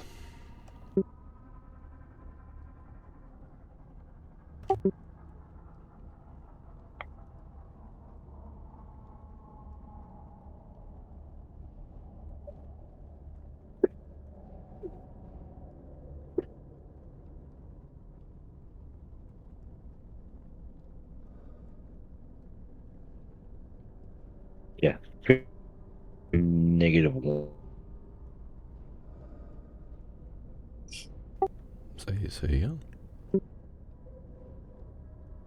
Failed. Ah, Failed that roll. okay. Maybe. You want to try? Yeah, go ahead. Anyone can try this. I'm gonna say, what exactly is he trying? Interfacing with the device. I wasn't certain about Right. giving it a go myself yet, but I could. I don't have the tech for that. So is it just tech use again?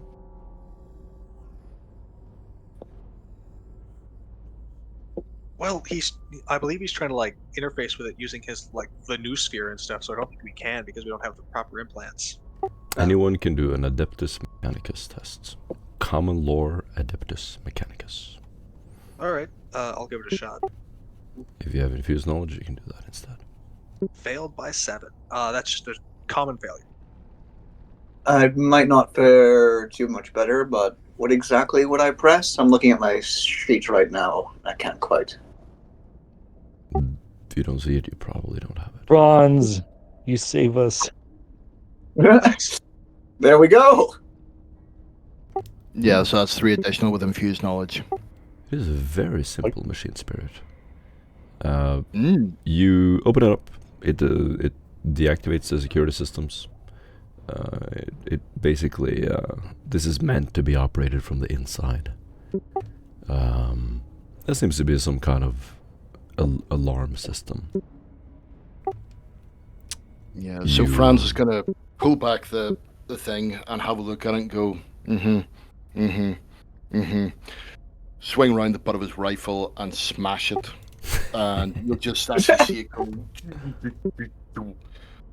And then he's going to turn around to the group and say, I think that got it. So It was spirit. You gonna harmed say- the spirit. no, I was going to ask Zeby. I was going to say, so how'd that make you feel? You harmed the spirit. How dare you? It was the entire heretical. spirit is dead. Short circuit. All the wires are wrecked. Everything's burned. Here's the As thing, you're though. aware, Really as you're quick, aware, Xenobeta, it was heretical. You even said so yourself at the front door. So technically, we did the omniscience work here. The servitor that this abomination was the heresy. The door wasn't heretical in the first place.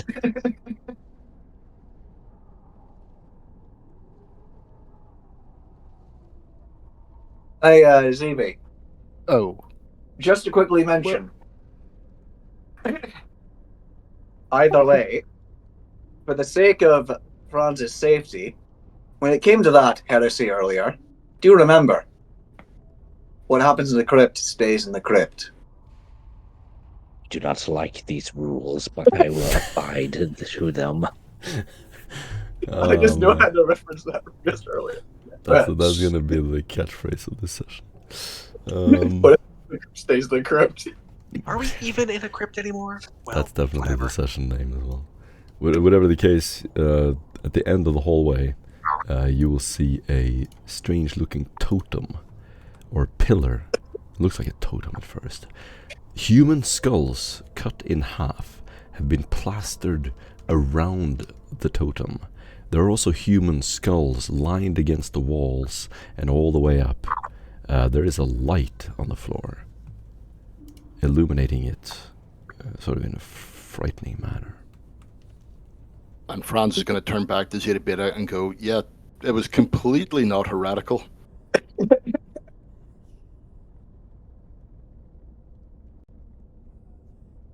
This is heretical. The door wasn't. Right. You hear well, a distant now clank. seems like the time to take a couple pictures for evidence. A metallic That's what I was about to clank say. can be That's heard it, in the Beta? distance. Someone activates a machine and you hear... Wait a moment. Boyle will run off to a corner and attempt to hide in like a bunch of pipes or something.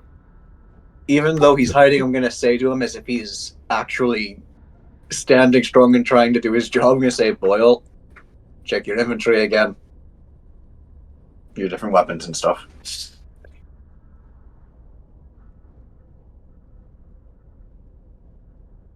So at the end of the corridor, opposite end of the elevator, there's an open door. Inside that open door, there's natural brown stone rock slabs built by humans. There's a pillar in the middle of the room, illuminated from the bottom to look terrifying, to look scary. Human skulls are plastered around this circular pillar. There are human skulls all over the room. Well, Boyle, you might be able to get a replacement real soon.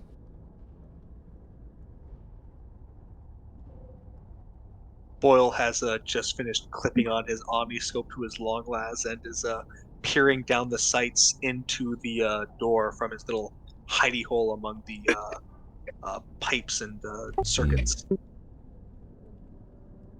He'll keep extending the range to see if there's any heat signatures down there using his Presense. You will partner suddenly see a man in a red cloak, a pair sort of peeking around a corner into the corridor before turning around, trying to run away. Hostiles, engaging. I can still see him, right? Yep. Perfect. He literally leans into the frame, leans into your sight. Perfect. I can't see his leg, correct? You cannot see his leg. Perfect. We'll just go ahead and take the shot. Called shot to the head. Okay. All right. I don't have any aim or anything, correct? You do not have time to aim. Perfect. What's the range currently? The range is 40 meters. Perfect. And I do not take penalties from called shot due to my talent.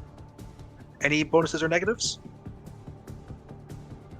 I will always let you know, and nope.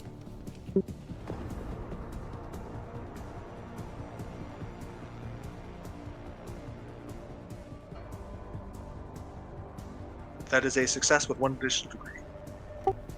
Very nice. What kind of gun do you use? A long las? A long las, not set to overcharge. I'm not going like full murder yet. It's just a regular long las with a regular las pack injected with. Beautiful. And you can do cold shots? Headshot? Yep, headshot for no penalty because of my talent. Roll for damage.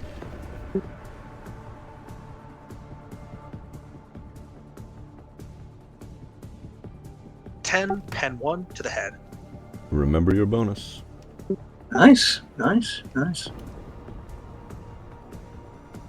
2d10. No, you didn't. Well... I'm not overcharged, so I don't have the 2d10. Well, you don't need overcharge to do that. It just depends on your degrees of success. But isn't you get a +10 to damage per 2 degrees of success? Below. I only got 1 additional degree. Oh, 1 additional, so that is 2 degrees. Alright. You get a +10 Alright, here we go. to your damage. That's gonna be a full +10. So Does that trigger Righteous Fury? a total of 20 And 1 penetration Yes. to the head. With felling 4, if that matters. Yes. He instantly dies. You see a thud, and like his head just jolts back, and this metallic clank can be heard, like you crushed the metallic pieces surrounding his skull. It is a horrifying sound. Sends shivers down your spine, and you hear this, and then suddenly he just rolls on the ground. He twists a couple of times. You see his hands sort of twitching back and forth. You hear a few sparks, and then total silence. So essentially, what everyone sees before that happens is Boyle scampers off to a corner, shouts out "hostiles," and then you see a lasbolt fire out from that little corner that he wedged himself into, smack into something's face, and then you saw what you saw. I think I got him. Zebe is going to calmly walk over and inspect the body, just flipping it over with his chain sword. This is a heretic. He has archaeotech gear, a red cape pulled over his head, augmentations around his head, a rebreather, augmented lungs, all this expensive gear, and he died in 1 shot. There is no one else on this floor. You look back and forth, there's just this total silence. You can hear the echo of your foot sort of rubbing back and forth on the stone slab. Did I get him? Yes. He is pathetic. He is weak. Well, Franz, Zebi, if there was any time for you to put aside your differences and arguments, I think it would be right now. Franz and I have been working together for a little while. Yeah, that wasn't an argument. Another I'm day just saying- of work. I'm just saying, if you want to have a debate about heretic and priorities, I think this pretty much makes everything very clear. Another Hey, thing we You all walk into the room, I assume, where he is laying dead. Mm-hmm. another. Now that looks It's like just another valuable thing we augmentics. do. It's another thing we do just to pass the time. Also, he's going to point at Boyle. Uh-oh. Boyle is looks to be drooling over the expensive augmentics. Huh, yeah. How do you know about propulsion systems? Well, I have a servo scope. That's how they fly, right? You had a servo scope. You want me to do what I? You want me to do to you what I just did to the guy here? Shut up. No, I'm trying to help. I'm saying, look around. All the skulls you described earlier. This is Yeah. all really heretical. You get a replacement right now, though. We could always use this guardsman's skull once he dies, but that will be till later. And you're going to Ooh, see guardsman. Zeta start like, oh, you're not a guardsman? No, I'm a basically investigator. That's the point of why I'm here. Oh, Yeah, Arbites, police, sort of deal. The obviously, there's Arbites' skull for later. He's just going to rip open this robe and start like jamming a freaking Medicaid megadendrite into the center of the body. Start opening him up like a fucking animal. So, just butchering him. While he's doing seriously. that, almost like a scavenger, Boyle's going to go around and start just like picking off like augmentics and start like putting them to the side, just like scavenging basically. Yeah, yes, aluminum capacitors, utility mechadendrites, mind impulse unit, respirator, a data slate, personal cogitator, a mechanicus implants, robes, field Oh club. yeah, Oh oh yeah. He's going to take Boyle will the. open up the MIU implant now. Boyle, they're all being destroyed after. All of it, of course, heretical. Read. Agreed. This must be destroyed. Boyle, put it in a pile. Tell me after I finish scavenging, why don't you? He throws the MIU impulse into the pile with the rest of the scavenged dogmatics. Now you're sure all this is heretical and like none of it's like just up and good to ship off? And You're with gonna that, see Zerabeto walk right up to you and get into your face, and he goes, "You do not know the extent of chaos." and a small canister of Chaos. promethium will be poured over it, and Franz will turn to Zerabera and say, "Do your thing." I must tell what chaos can do to anything. Whatever Hearing chaos you touches. say its actual name, Boyle kind of shrinks back a bit, goes back into sort of like hunched area, and he's like, "Oh, all right, fine. I Chaos. don't want to." Whatever it touches will corrupt it. This heretic decided to take his fate with those creatures. Really Damning quickly, him in anything. Him. as you're doing that, if you seem to be sort of towering in a sense or looming over Boyle, you notice. I'm looming. I know, He but does not care about your emotions. no, I know. I'm saying you notice that Neil gets a little bit, has been just silently observing the entire time, and very clearly takes while what you're saying seriously. Gets a little bit protective over as he sort of just puts his still, the leg that is not horribly bear trap hurt, just sort of quickly over just a little bit just in front of him, while he's very clearly holding, going for one of the various pockets and compartments he has that could have anything in it. We understand the importance, but you don't need to gang up on the little guy. He has a personal Not data care. slate. Grab that and look through it carefully. Boyle will chuck it at you. I'm not touching shit touched It by smells the ruinous very powers. strongly of promethium that they were about to burn. Once before you burn this, know what? Heretical, but then again, we're an Inquisition. Everything we're doing is heretical. Is there anything useful that can be gleaned from these before they're destroyed? Not necessarily. If you want an MIU, I will provide you one later. Perhaps so. But yes, if the next step is burning it, then fine. We burn it. Boyle, I'm sorry. I was fine with the minute you said, the bad people. He clearly seems like he's does not want to say the word chaos. I just thought these guys were, from a different church of tech things. I don't know that they're, related to that. Again, Boyle, lots of experience, sadly not much education. Please don't be too angry at him. I'm not angry. I'm fucking terrified. No, not you, not you. I'm telling them to not be angry with you. I'm trying to help you. Knowledge is power. And he starts going through the data slate. What do I find Excellent. on data slate?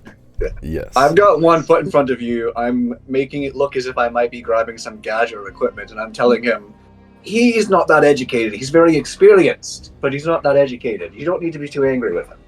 But I think There's the a- tech is ignoring you. yeah, There's a whole huge body of knowledge here. Reports, conversations going far, far back, hundreds and hundreds of them. Think email, but like correspondence, and you can sort of gather all of this to try to come to some kind of conclusion. And you can do a scrutiny test, -20. Investigator. Come Yes. here. all right.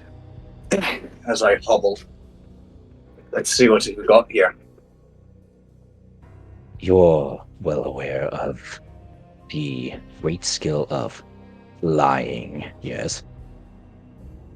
Deceit. Yes. Look Sometimes it's upon necessary. this. I This see. is basically imagine like a long list of emails, logs, and you try to get some kind of picture of what is going on here. Scrutiny -20. Gotcha. Seems to be a list of contacts. One moment.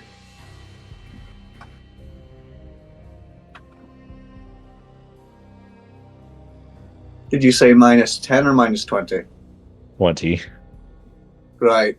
Luckily, this is one of my best stats, so let's see how that goes. Before you start, I could go ahead and give you a hand just with curating the knowledge. Yeah. Assistance gives you a +10. So you two I- are looking together and trying to piece together the information. I quickly seem to make a little bit. I quickly seem to make a little bit of a gesture over to my little companion, and I go, "Boyle, we might have to put some stuff down. Help me out here." I'm already whatever. Boyle will take kind of cram by the data slate, just start scrolling. This one looks important. This one looks important. This one's marked. I can't even read that. He's just gonna skim through, just ignore like all of the things that he thinks would be unimportant, just to speed it up basically, and that's how he's gonna help. Awesome. Yeah. Beautiful. Sorry that you're having to juggle a million things, Boyle, but as you remember our conversation, information's integral. Here we go. Oh, shit. Oh, for damn it! Does anyone have a inspiration to give? You can burn a fate. I'm gonna definitely. This will be where I didn't re-roll for the trap because I thought some really weren't me. No one did. No, I also thought that I could use a re-roll for the stirred thing instead. So I will re-roll this if I can. Oh, solid. Yeah, you can use your inspiration to roll for it. Perfect. All right. So I just hit the button again. Yeah, but also you got and somebody helping you out. It's now -10 instead. Oh, wait. Is it? If it's Well, if it -10. was a -10, then it would pass. Yeah, Yeah, I was you gonna say, passed.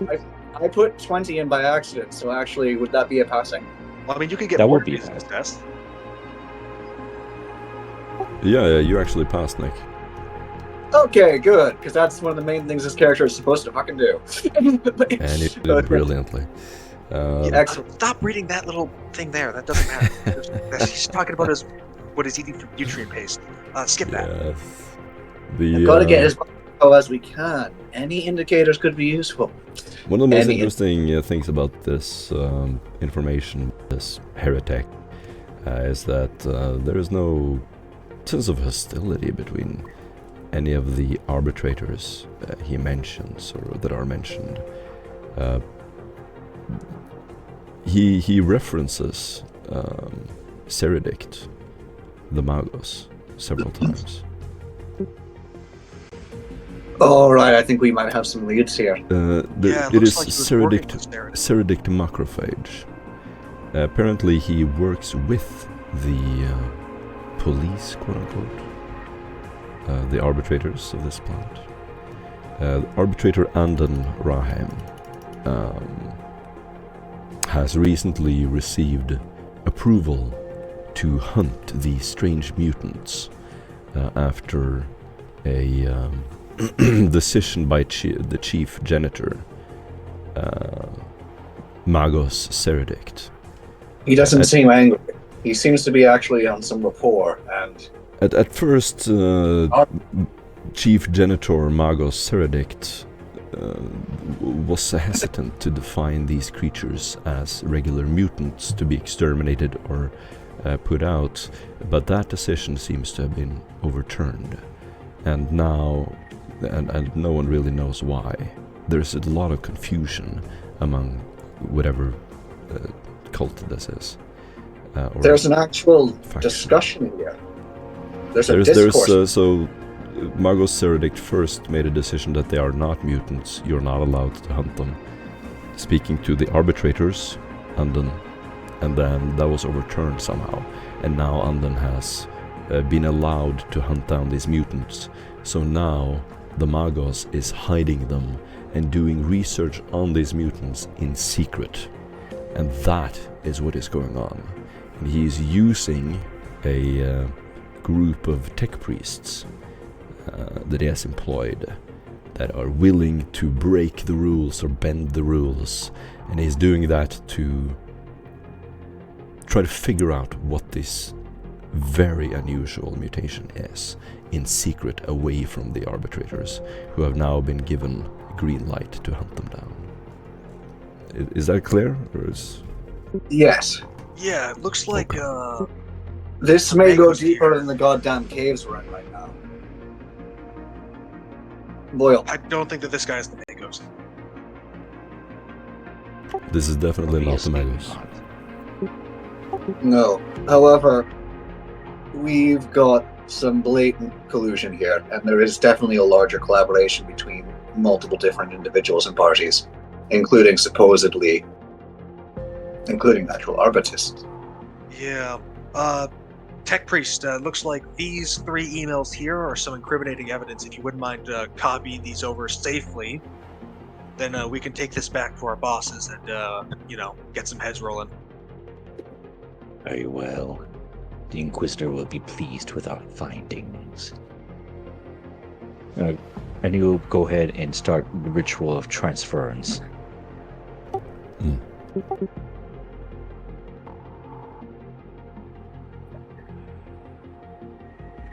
You see him get on his knees and plug in some cords into his own data slate into the Promethean-soaked data slate. And you see him pull out his incense and start burning them as he starts chanting the Mechanicus. Franz, how's it going for you? You were supposedly sorting through the other stuff we had seen earlier. Sorry. No, Franz has just been sort of sitting, listening to your sort of discussion. Gotcha. Basically, not really giving away anything on his face. Gotcha. Apart from actually, he will actually sort of brighten up whenever you actually do say that to inform our bosses, and he'll turn to Zeta Beta and say, "Remember, no communication with the outside." Furthermore, 2 of these strange mutants are being hidden in the mausoleum. They're being guarded and kept down here. And he's going to turn around to the other 2 and say, "Boyle, anything in there that what these mutations could be? Do they have any idea whatsoever?" So there are lots of these little reports of incidents. Today I entered the room, there was a horrifying scratch mark on the wall. Suddenly the air became stiff, the air pressure changed in the room. I got dizzy as I approached. I mean, there are just these endless entries.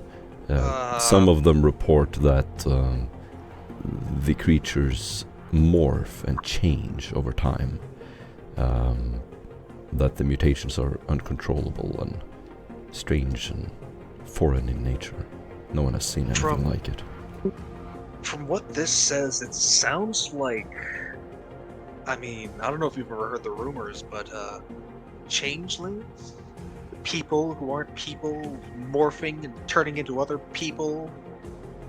Sounds like they're constantly... But like they're peopling wrong. Like they're trying to... Like they're changing constantly. Familiar. However, I remember I've looked into a lot of different information about these sorts whenever hearing repeatedly claims of them, yet they've nearly always been pushed off as a myth. Well, I mean, you've looked like you've fought a lot of people, Franz. Do you know if changelings are real? I don't know if changelings are real. I don't know whether or not the Skagori are real. At the end of the day, they could be psychers, they could be warp spawned, they could be Tyranids, they could be a multitude of many nasty things. Well, I do know Although they're not Tyranids. They're not going to be warp spawned because obviously it's some sort of mutation. Although, mind you, there could be psychers. Yeah. And you can see him just actually sort of sitting there, just talking, and just basically saying as he sort of thinks. Says, and yeah, I suppose we'll find out soon enough. Probably not in a good way, but You also notice that as yeah, you're talking sorry. to Boyle, he like always avoids like your eyes. Like you'll see like he's looking at you, and then like the moment your eyes meet, he like looks down.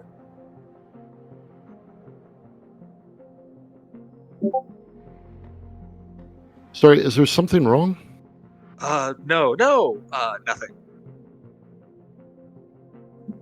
You can see Neil seems to be very carefully looking at, while everyone, he blatantly,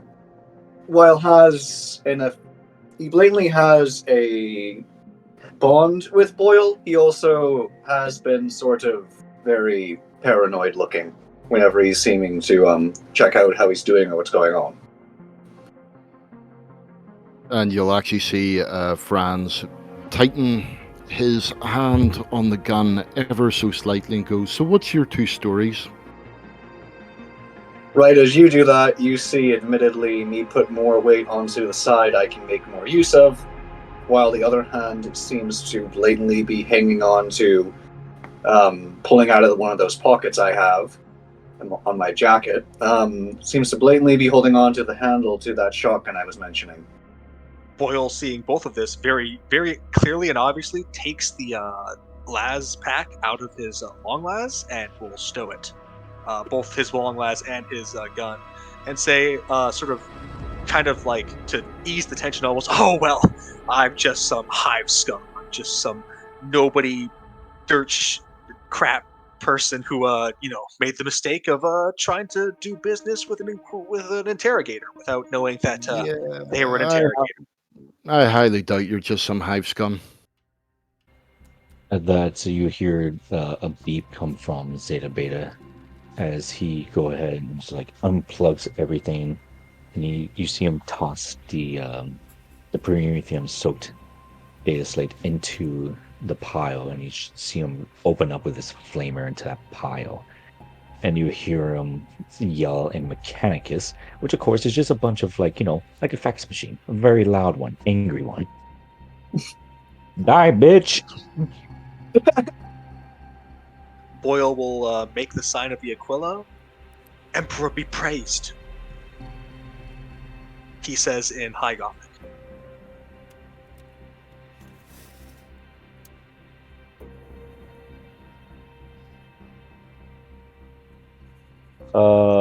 Meanwhile, Franz and yes, Bill are sort of... Zeta will say in High Gothic is good.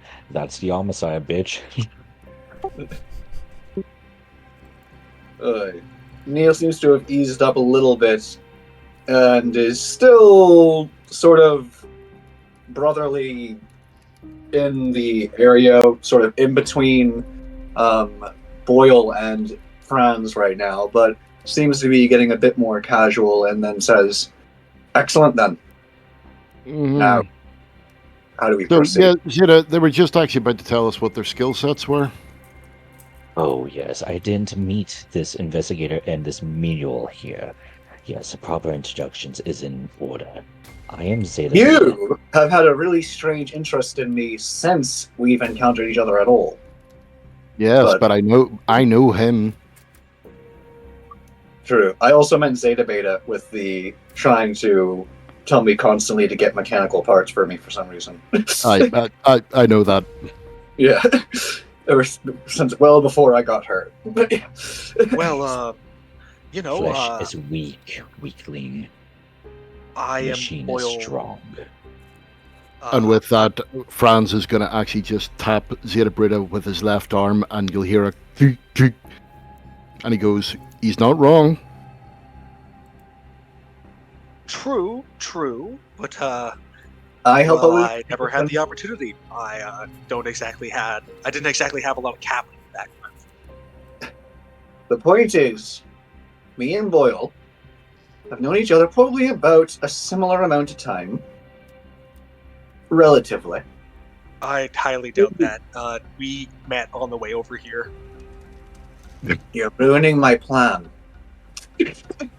I don't know what your plan is. I don't know what you're trying to do here, but I want to get this job done so that I don't have to be Same. here. He sort of opens up his arms, gestures around to the skull tower and heretic corpse and pile of burning bad tech.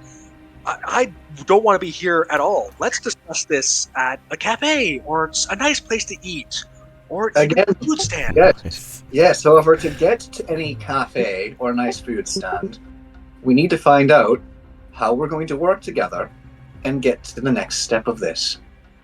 And right now... What was it you said? He was experienced but not too bright? I didn't say not too bright. I said not too educated. Not too educated. Okay. I take it he doesn't actually realize that this is his life now? Yes, No, let me ease your minds now. You're part of the Inquisition. If you abandon your post, they will hunt you down for the information that you have.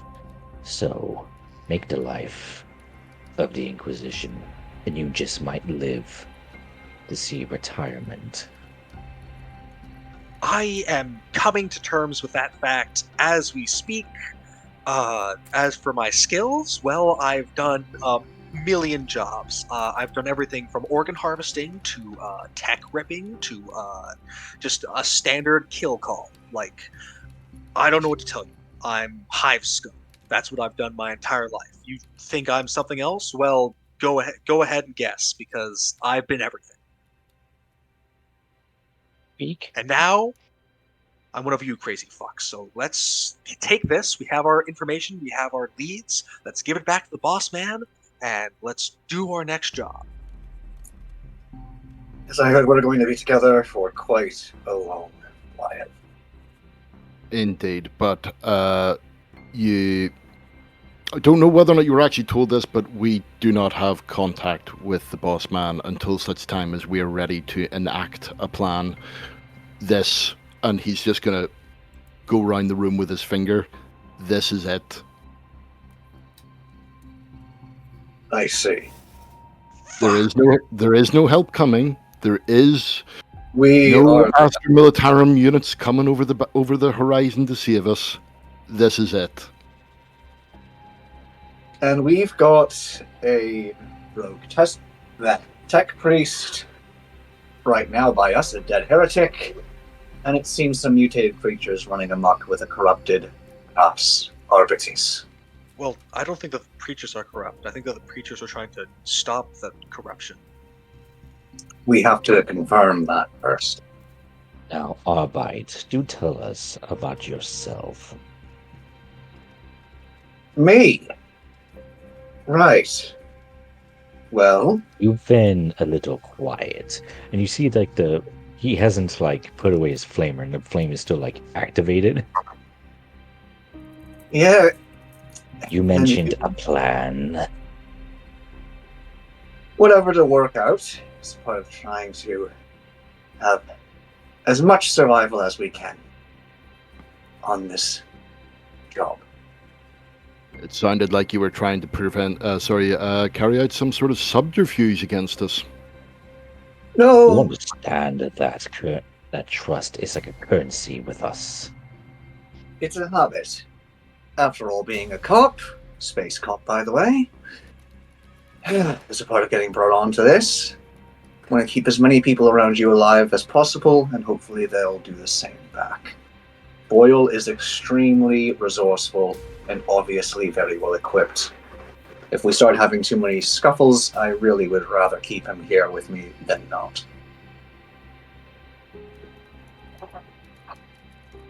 I do notice that you deflected back onto Boyle again. Boyle has at this point backed up against hopefully one of the less scully walls. His hands are up, and he is fully like, I am not a part of this. I am standing over here. I am totally harmless. Do not look at me. Yeah. Zeta Beta is going to interpreted this and think that he's trying to find the most holy place. So he's just going to walk over through the flames of this burning corpse, like nothing, and just going to get out more of his sacred oils and just kind of fling it at him, just kind of blessing them. You're giving me a blessing? Basically, you just misread the whole situation. He's like, there, you're sanctified. You can stand wherever. Just walk through the flames again. Boyle will put his arms down. As you were approaching, he sort of curled up against one. He's like, "Please don't flavor me!" And then you throw the oil on him, and he's like, "Thank you." Anyhow, though, thus far it seems we have proven an effective enough group. Between me and ZB's information, Boyle's equipment and skills, and Mike's Franz's done in good looks. I was going to say perhaps intuition when it came to bashing the machine spirit. I mean, heresy. Seems we have managed to get some actual progress. Let's make certain we keep the momentum going. Is that agreed? What do you think would be our next step once we look at what we have here? Well, I think it's the only step we have is onwards. And my predecessor would have bombed another hotel.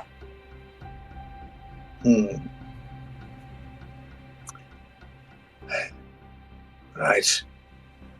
If we can manage our resources proper, we can go further in. But we need to consider what we're going to have to do. 2 hotels. I like your thinking. However, I would like to know what you keep grabbing under your tunic.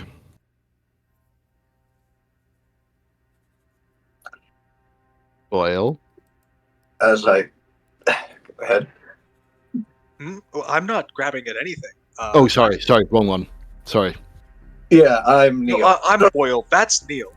Oh, yeah, sorry. No worries. Happens to the best of us. As said, we were all selected for various reasons. I help with different information than ZB does. And we all have to be properly qualified, skilled, and equipped. I have some tools of my own. We are going to be together for quite some time. Which are they get heavy a little tools? personal. If you believe you're going to die soon, then keep your secrets. But if you plan on living, do not hold secrets from us. Well, I was just rather hoping it'd be something that could open doors in more than one way.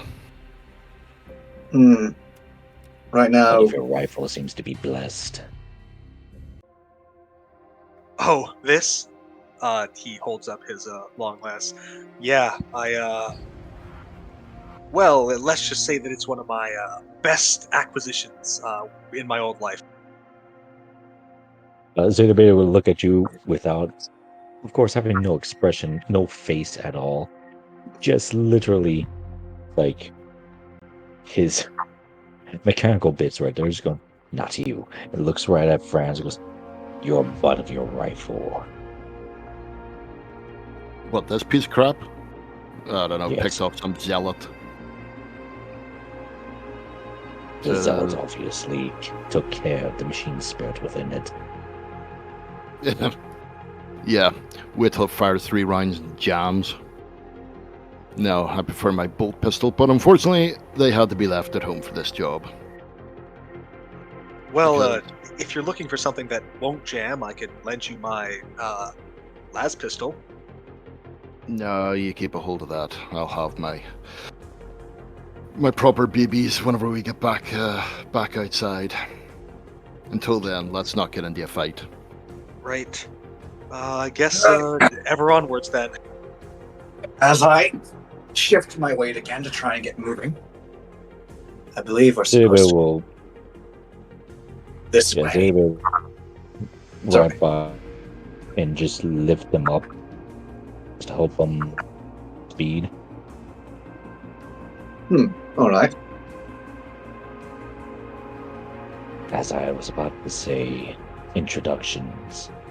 I am Zeta Beta, your Medicae, Skitari, and Tekka Priest.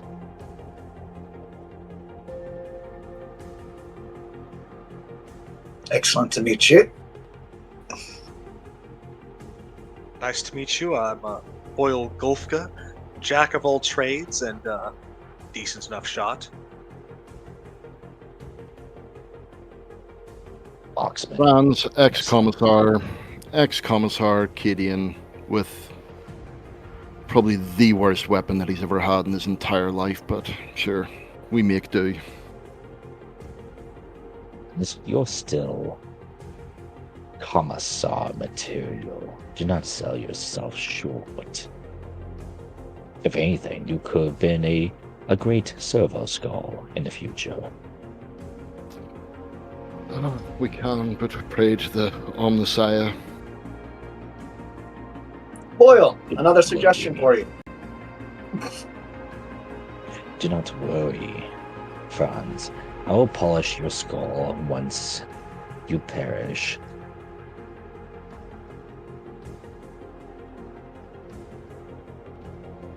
On that cheery note,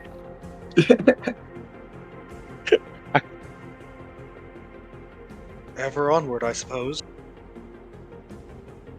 Right, as I said. I believe I'm supposed to go this way. Alrighty.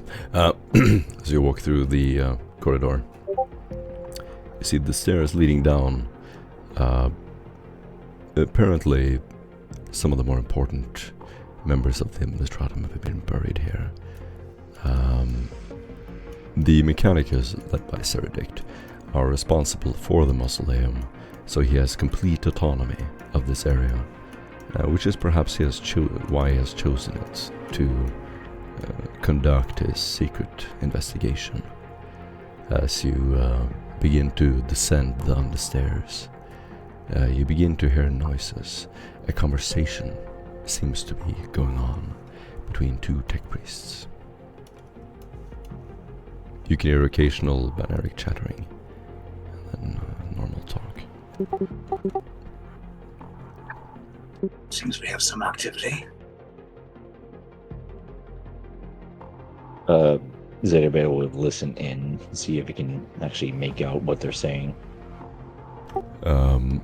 They are talking about when their patrol will return, referencing the person you just shot, and whether one of them should go look for him. CB, any subtitles? They are talking about the heretic you shot. They are wondering when he will return. Well then, I'd say that gives us one thing we know right away. Possibly a few. Certainly a window of time. How long do you think they're willing to wait? Boyle will look through his scope and just count how many there are currently. You can't see them. You can just hear them. I have prey sight scope. There are two tech priests. If one of you also has something similar, we could take them out together. Zetabel will look right automatic.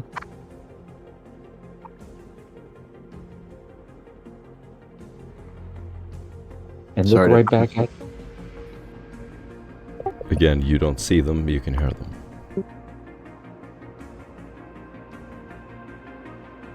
They're around two walls, so they're obscured. Ah, I see. Okay.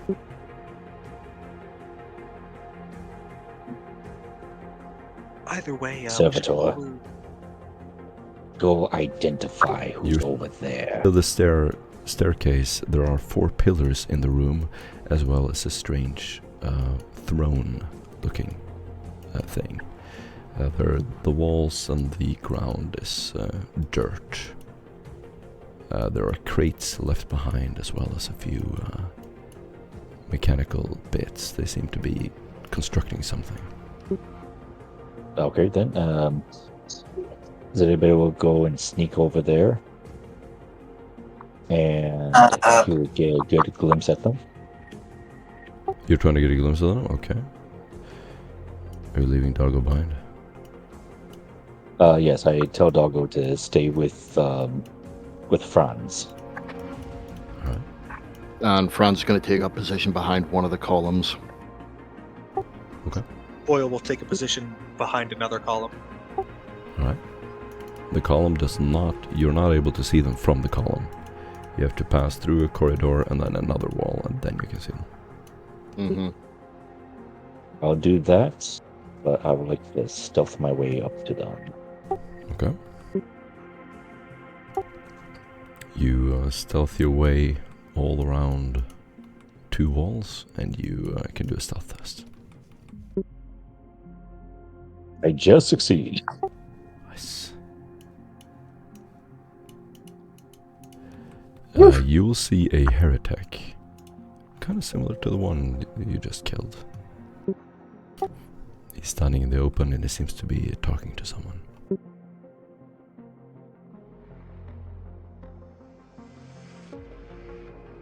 The rest of you are perhaps 15 meters away. And you said obviously he sees the heretic. Is that information we at the moment are privy to, or will we be waiting till he informs us? What do you do, guys? Seeing that Zidabeta has stopped, Franz is going to go over the intercom and say, how many in the room? 1, but I do not see the other. What's the conditions? Dark, bright? Conditions are good. We can see.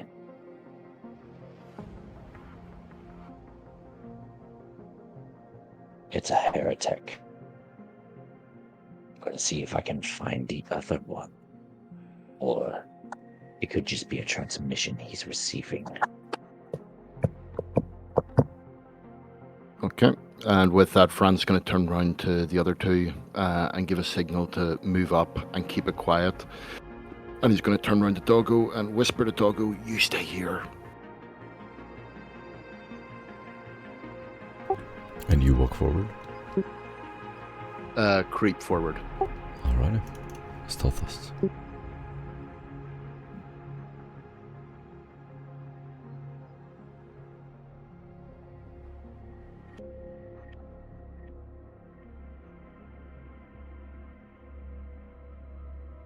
Stealth. Yeah, with that, Zeta Beta is going to like creep around, see if he can get a better angle to see who the heretic is talking to. Yes. As you pass the corner, you see he's talking to another heretic. Success with 3 additional. Beautiful. You make it right behind where Zeta Beta is standing. Boyle is going to follow close behind Franz. What do you do next? On the bead. I am going to... Does anyone have an inspiration they can roll me? I cannot offer you one, but I am going to have I'm going to bead to the servo automata and just tell them to go obliterate those 2. Alright.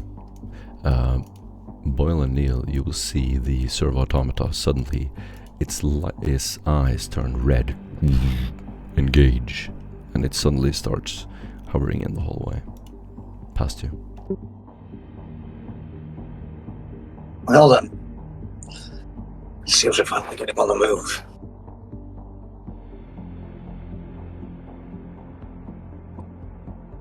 Guess that ends this. And Boyle will just stop trying to move stealthily, and he's just going to follow behind it, taking cover at the corner, and he's going to lean around and prepare to shoot once the autonoma fires.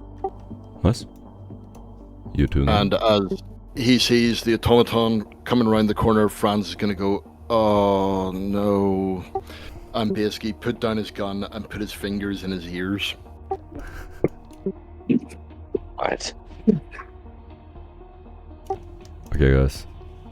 Let me know when you can see the screen. The action is happening in the middle of the screen, a little bit up and to the right. You can see your characters. I see it. Yes. Yep, I got up. I see a black screen and something that said I do or don't have. Yeah, don't worry about that. It said the same for me. If you go across to about 75% of the way to the right and about 75% to 60% of the way up, you should come to it. Or just zoom out until you see it. Yep. You can Yeah, or just zoom. Yeah, or you can just do that. Yeah. Right?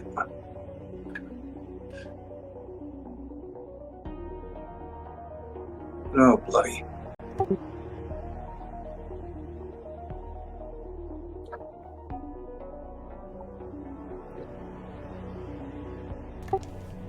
Everybody roll initiative. Okay, I would, but let me see what the hell's going on here.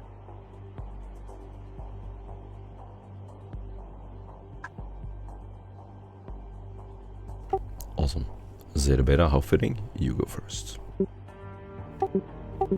Zeta will order the automaton to attack this guy right here, while he's just gonna make his way all the way to this guy with a chain sword.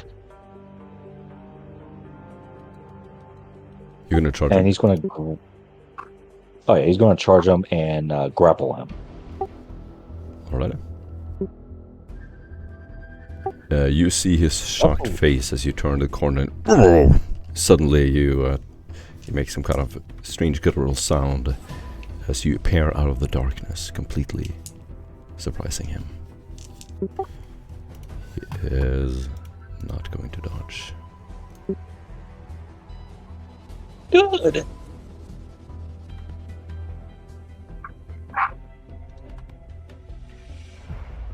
Gonna hold the chain sword right to his neck and just basically he's going to whisper to him, mute.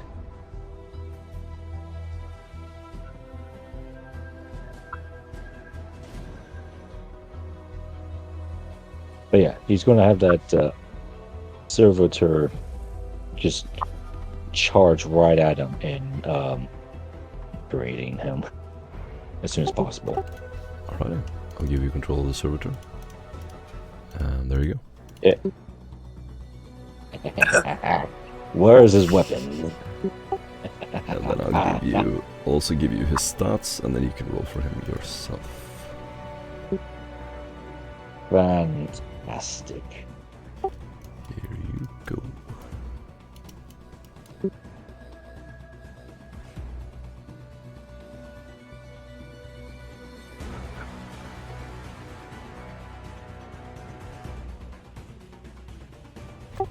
Let me know if you can see it in the chat. Chat? Mm-hmm. I'm trying to check on some things. I still am getting... Oh, there the freaking thing is. One moment. Can you see the stats? Yep. Nice. I do not see the stats yet. In the chat. It's in Discord. The Discord chat. Oh, Discord. Okay.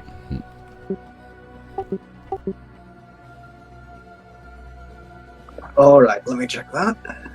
Aha. Gotcha. Alrighty. And the first guy is not going to dodge. Ballistic.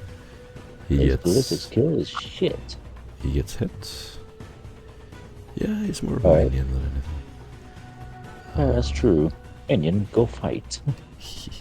And yeah, we're going to use the bolter. Nice.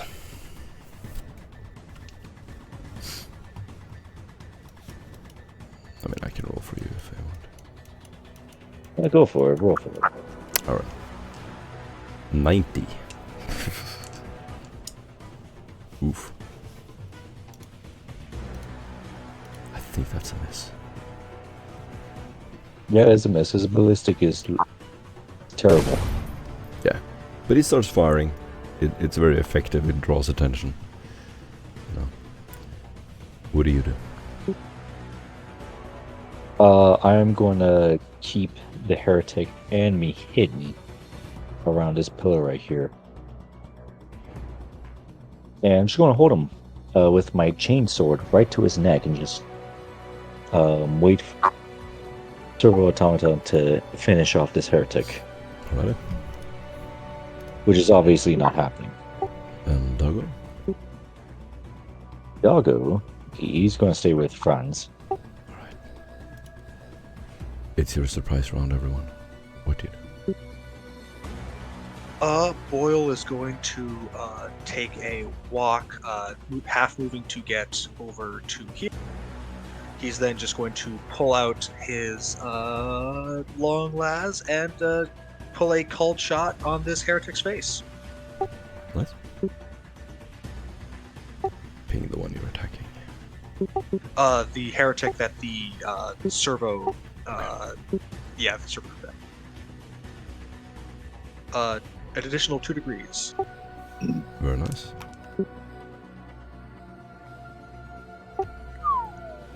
For a total of 7 plus 8 for a 15. Pen 1. Felling 4, if that matters. Excellent.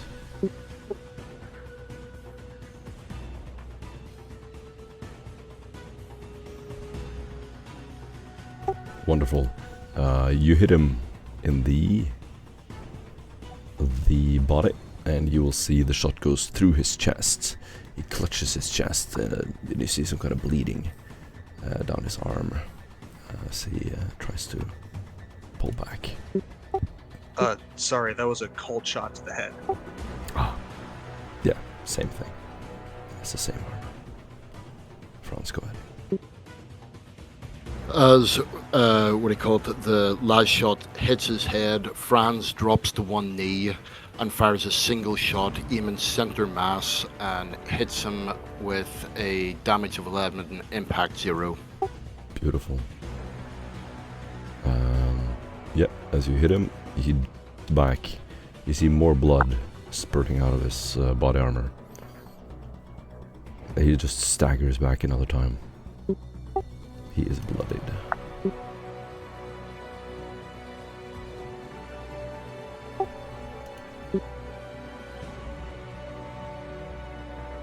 Still waiting for you, Neil? Yeah, sorry, just sort of trying to... I'll add your character and roll the thing. There you go. Yeah, sorry, I land. Go ahead. Yeah. Alright, probably, considering where I am right now, try to get in a better position really first. Everything I have for combat is at the moment, by starting gear, essentially variable close range, which doesn't really help out too much at the moment.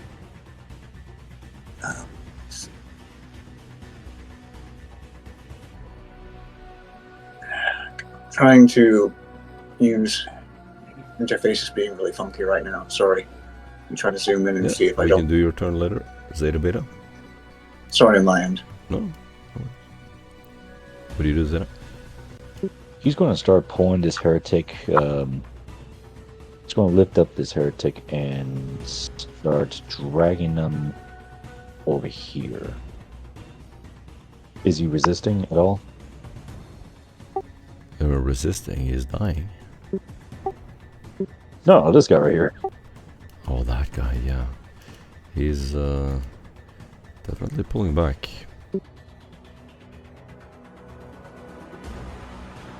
Okay. He has only had time to be shocked so far. Yeah. Is his arm mechanical? Nope. It is not. Is his leg mechanical? No. Ah, good. Pain. He will go ahead and use his chainsaw, his chainsaw to cut off one of his legs. This is going to dodge because it's no longer a surprise round. And what are you trying to do? I want to cut off one of his legs.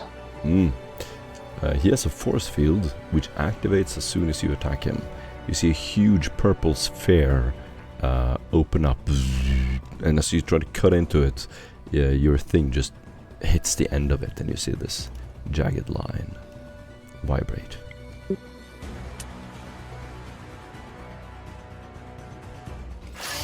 I'm going to say the mechanic is like, you're coming with me. So automata. Yes, I shall roll. I can roll for you. I rolled a 3. Oh, That's a fun roll. good. I need that 3. Yes. It's the only way he hits. And the heretic is gonna dodge. Fails his dodge. Shit. Oof. Fuck you and everyone there. That's gonna hurt. That's his auto gun.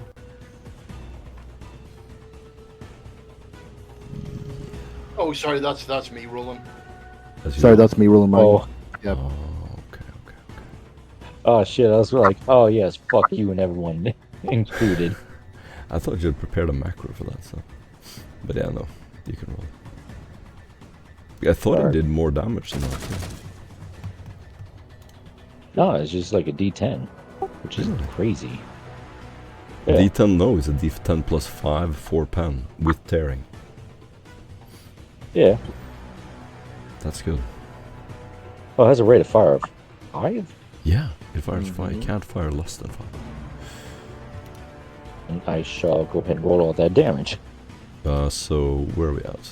Ballistic skill 30, I rolled a 3. That means 2 degrees of success. Right?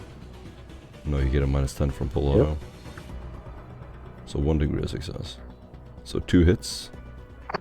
And the 2 hits are to the 30, which is the body.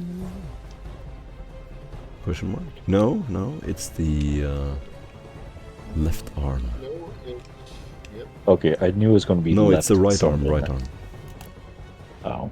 No, it's not. 30 is left arm. Okay, you're far away again, Aaron. Sorry, 30 is left arm. Alrighty. 30 is left arm, and that's gonna be 2 hits. Do you want to roll them? I can roll them, if you want. Yeah, go for it. Okay. First one is a nat 10. That's gonna be a Righteous Fury. Second one, 8. The Righteous Fury is a 15 explosive damage. Remember, these shells explode on impact. So you're going to see the servo automata roll forward, stop in front of the heretic. The heretic sort of raises his hands slowly, opens his mouth, and then suddenly you just hear this roaring machine sound of these explosive rounds going into the wall and then into his arm and then his chest, and then he just explodes into small bits. Good.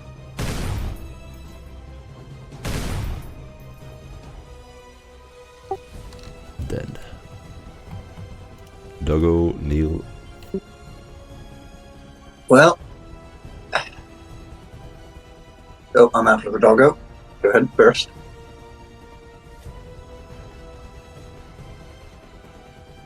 With Franz at the moment.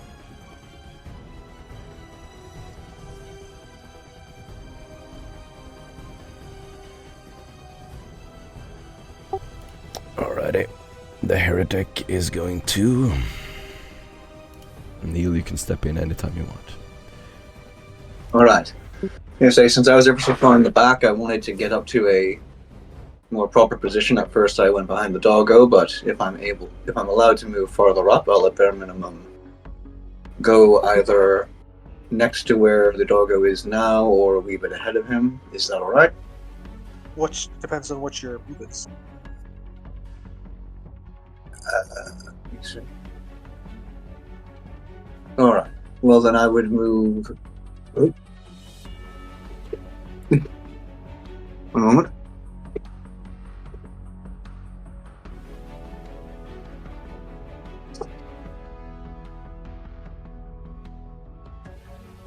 Oh, yeah. Essentially everything I have right now is close range, so I'm just gonna have to, at bare minimum, I suppose I'll stick with the doggo and get my either shotgun or maul prepared.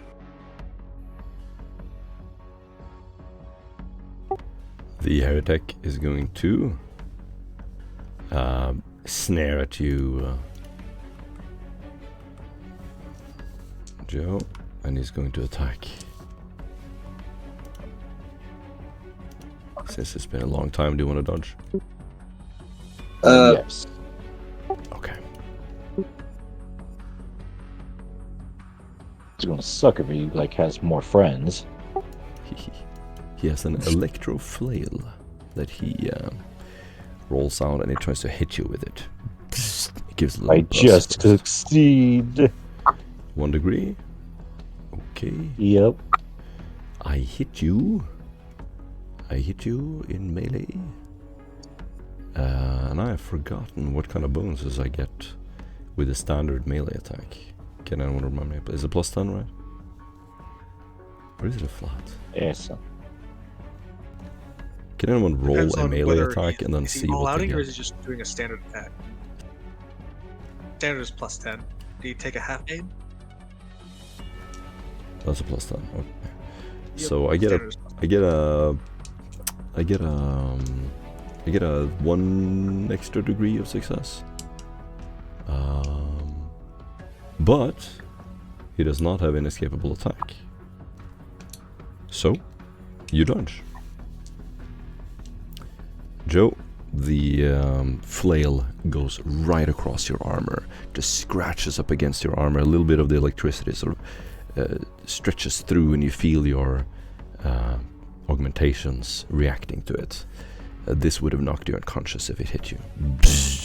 And then he just swings it past you. Go. Heretic. Uh, Follow in line. Is Boyle able to sort of like lean in his square so we could like shoot past this wall here, or would he have to move? You need to stand in a square that has a clear line to the target in order to shoot. All right. Boyle half moves, takes a step down, looks through his sight towards the heretic, sees that he's currently engaged with his buddy Zeta Beta there, and he is going to take a half action to aim, and that'll be his turn. Nice. Awesome. So you take a half action and that's it? To aim? I took a half action to move and a half action to aim. France. Okay, Franz, actually seeing his target suddenly get liquefied, just jumps up and sprints, throws himself against this column. Zeta. Yeah, he's going to start attacking this freaking asshole with his sword. How dare he? All-out attack. I hit him. You hit him? He does not care. He does not care at this point where he hits him. He just needs him to cease.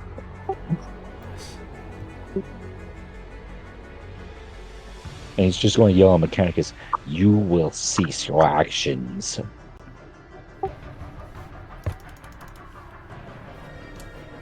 He responds, "Invader!" The electric buzzing returns. Before he can swing at you, you hit him with your chainsword. And you successfully hit him in the left leg, is it? I believe so. Ah, yes, the leg! By the way, new guys, this usually goes 10 times faster. I'm just really rusty because I haven't done this in several months. But yeah, you hit him in the leg. Nice. 13 pen 2. And of course, Zeta will retort with, "Heretic. Betrayer." Awesome. Servo. Ah, yes. He still has his commands. He is ordered to destroy them, so he's going to move right over here and start shooting. Half action 6 meters is very fast. It uses its full action to move there, unfortunately. Okay then. Yep. Doggo. Neil. Doggo stays with Franz. Oh, shoot. Didn't mean to do that. And that is Franz. No, it's Neil. He's going to be, again, preparing for any possible... for if the enemy gets in any way a bit too much closer. With his shotgun very much in hand. And maneuver around over to provide cover, perhaps, for Boyle.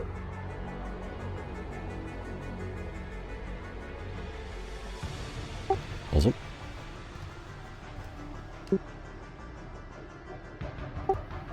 Okay. The Heretic is going to attack you once again, a little bit. And that's Should gonna be a dodge? hit. Actually, no. I want to parry. That is it. This is an unparryable attack. You cannot parry it. Also, because you all-out attack, you don't have a reaction. Did you all-out attack? Yes, I did an all-out attack. So, Okay. hit me if you dare. Oof, oof, oof. Okay, no, he does hit you in the body, and that's a hit for a total of 7 rending damage. Does it deal any damage to you? Hell no. Alrighty. He has swift attack, so he has another attack. This is a jackass. total. This is a total of 4 rending damage. 14 rending damage Ouch. He does 1 damage. to the chest, and then you need to do a toughness test. Stunned. So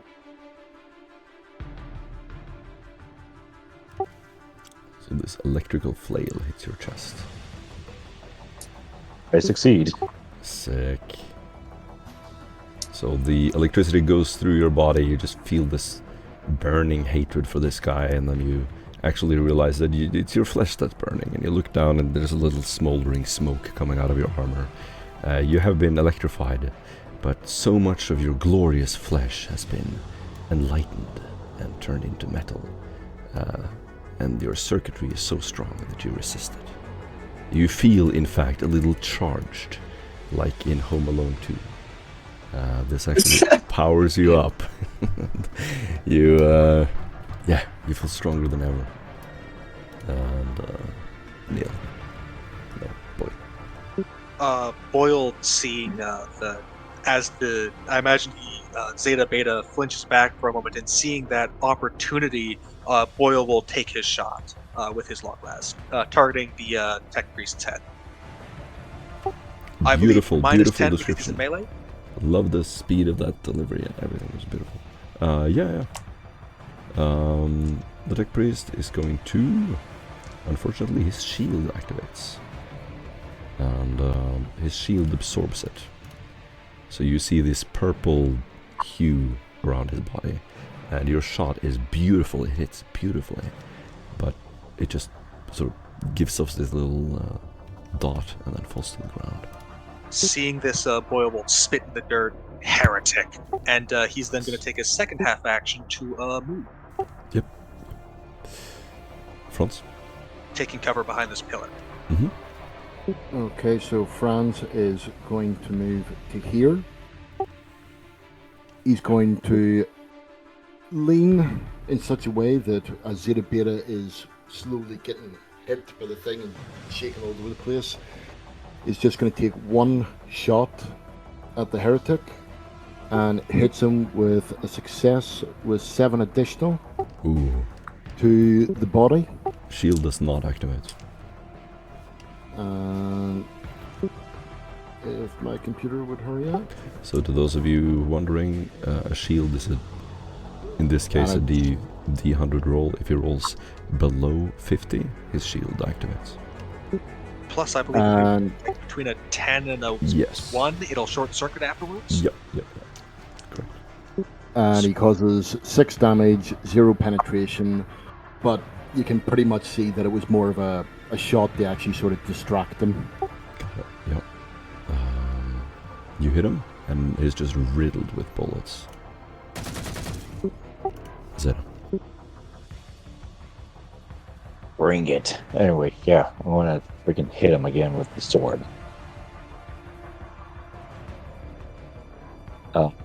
As he goes to hit, let's Spirit of the Machine, hear my prayer. Guide this chain sword. Hold it true. Let it pierce the steel and weak flesh.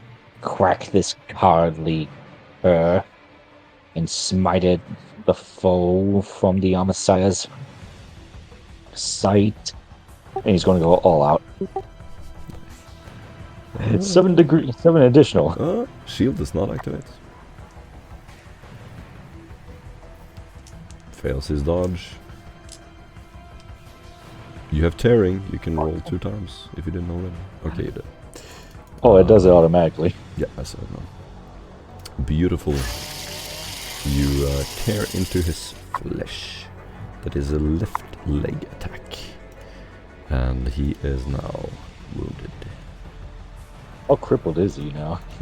Like, mauled at his left leg. He has quite a lot of armor.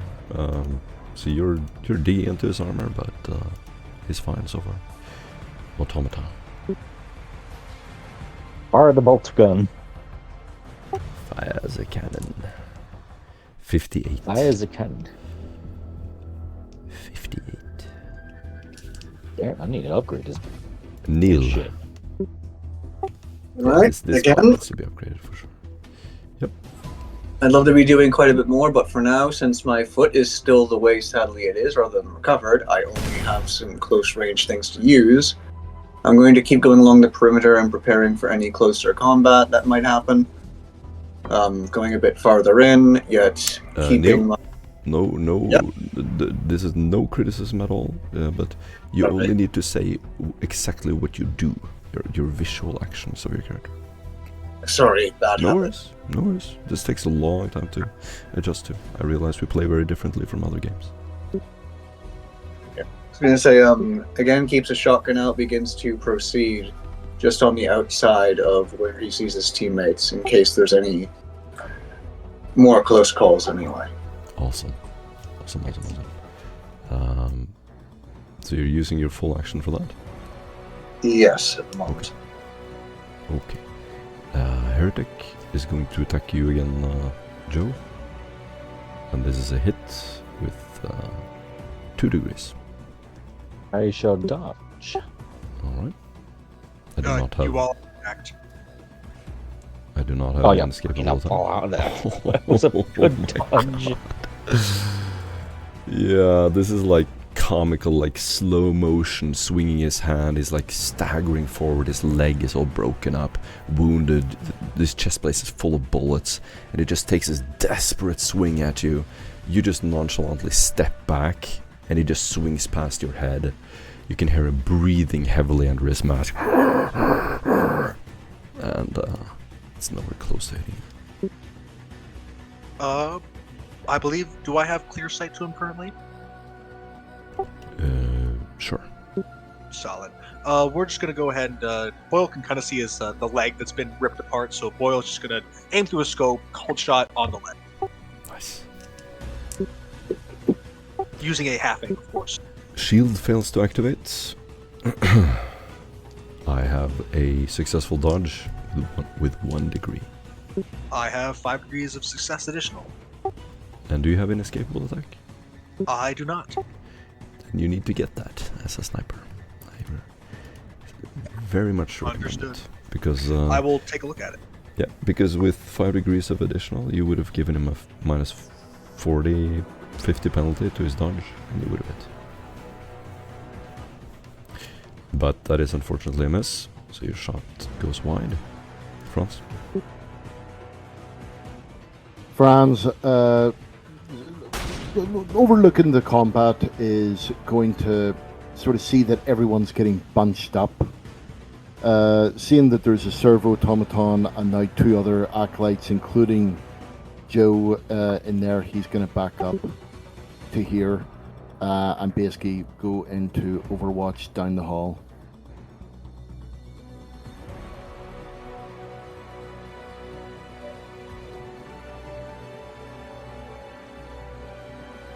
Hello? Yes, I was just writing something. Oh, Yep. sorry. All Sorry. good. I disconnected there. No worries. You walk further into the hall and...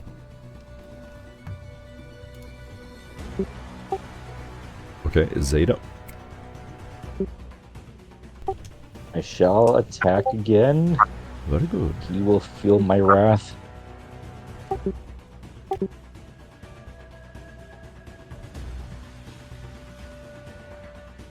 Very good. His shield does not activate. His dodge fails. That is a success. You keep cutting into his armor.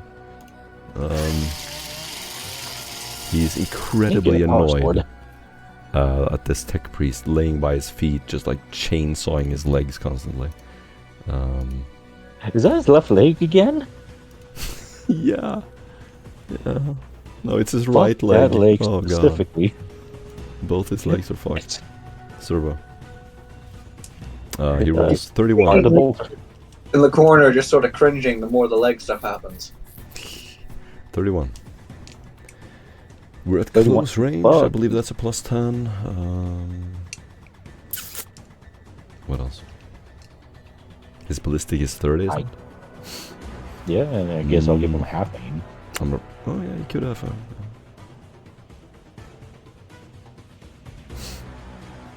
So that would still be a failure, I think. Shit. Minus 10 from a full auto, plus 10 from close range, and Plus 10 for half aim. half aim. Oh no, that's a hit. I think. There you go. Yeah, one hit. Well. Roll. That's good enough. That's gonna be. He rolls a 2. How much damage does that do?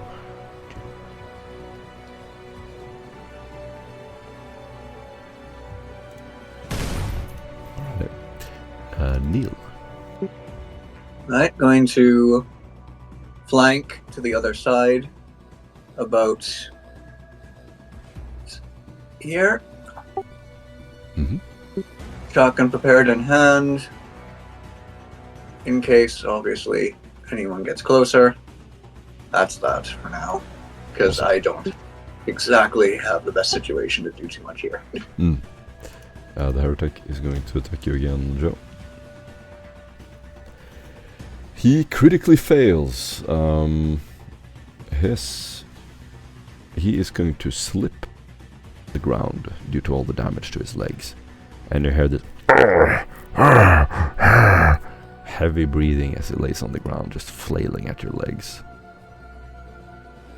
Boyle, seeing the heretic fall down point blank, is just going to say, "Oh, lucky me," and it's just going to point blank headshot him. Shield does not proc.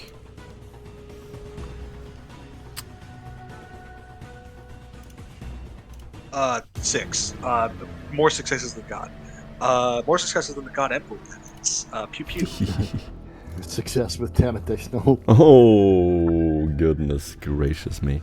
There is no way for him to survive. You can roll if you want, but he's dead. I will. I will. You can get a maximum of +2, yeah. That's going to be a 19 pen 1 to the face. Yeah, he's very dead. You shoot him in the head and you see once again his head just jolts back, short-circuiting his augmentations. He falls to the dirt in a pool of blood, contorting a couple of times, sort of twisting back and forth. A few electrical sparks go off, and then total silence.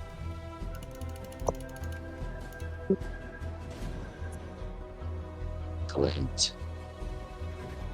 He's going to start rummaging through his stuff. He has much of the same stuff as the last guy you pillaged. Boyle's going to go loot the heretic down here to see if he had anything different. Mm-hmm. Same stuff. Taking Take care the to put data any pad. augmatics or anything that isn't like separated from him into a pile to be burned later. He has much of the same. There you head. He's going to take the data pad, start looking through it. Arbiter, I'm going to need your assistance. He has a small sample, a small vial of some kind of flesh-like substance. It's in a red-brownish liquid. Very squishy, it looks sort of squid-like.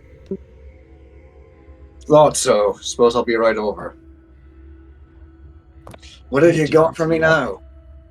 Oh, go ahead, sorry. A data pad. Might want to look into it, but this vial, I'll hold on to it for now. Well, as you said, I'll be having to examine it later. No, I'll be waiting.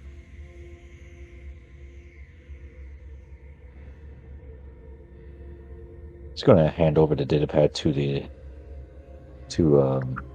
Boyle. The interrogator or the investigator is Neil. Oh, Neil. Yeah, you just hand Yes, the I data was pad gonna to say. Neil. As I was going to say the data pad in hand. All right. I'm going over this. You mentioned that you got this off of the Heretic just now. This one. He's going to pick up the whip and kind of like give it a test whack. Right. As I examine it, is there anything particular I would notice or any checks I should make? What are you doing? Well, he gave me the data sheet. I'm trying to see if there's anything I can infer from it or any sort of information I can glean from it. It turns on just like regular.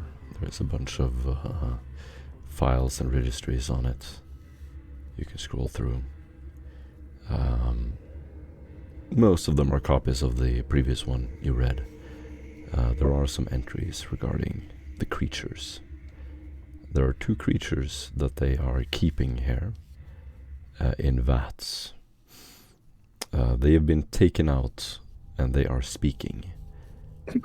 In fact, these latest specimen are still human to some extent. Or they have some remnant of humanity in them. They've been given the promise that they will be cured. And as such, they are cooperating for now. The Magos visits from time to time and receives messages of how they're doing. And when they show signs of resistance or being advanced in their mutation, they will be burned. Like the others. Boyle, sorry, but from what we can infer here, you're definitely not going to be happy. Right. Boyle has just finished sort of ripping out all the agmatics and throwing them into a pile. I'm not touching that. That is for burning. I'm looking for anything that might be actually useful to us. Yes, however, it seems they definitely seem to have some sort of interconnection or networking when it comes to their information. A lot of this is shared from what we looked at before. That minimum tells us a bit about how they're organized. However, we could just assume that you're all discussing what I'm saying right now with each other and that you all gain this information. Whenever the subjects are angered in some kind of way, or they behave kind of like normal humans. They can reason, you can speak to them, and so on. They spend a lot of time befriending them, and they were friends of the confessor in the cathedral already. They were basically convinced by him that they would try to find a cure, and then they were taken here and taken care of. All of their reaction patterns are very basic and become more and more basic as they advanced in their mutation. Finally, they become completely animal-like and just react like a wild animal, knowing their owner or whoever they were conditioned to know, but not being able to make new connections, and they act completely feral. yes. So they're like human cyber mastiff. They As I was about to descend into this more and more primitive state the more advanced their mutation becomes. I'm about to say, seems either we've got some sort of forced mutation and or flat out Human. It seems patterns here, especially when it comes to when we look at this again, Boyle. As you said about whether or not as you said about how you thought the creatures perhaps seem to be wanting to stop this, it seems more that they are whatever is due to what's being done to them. They are whatever's happening.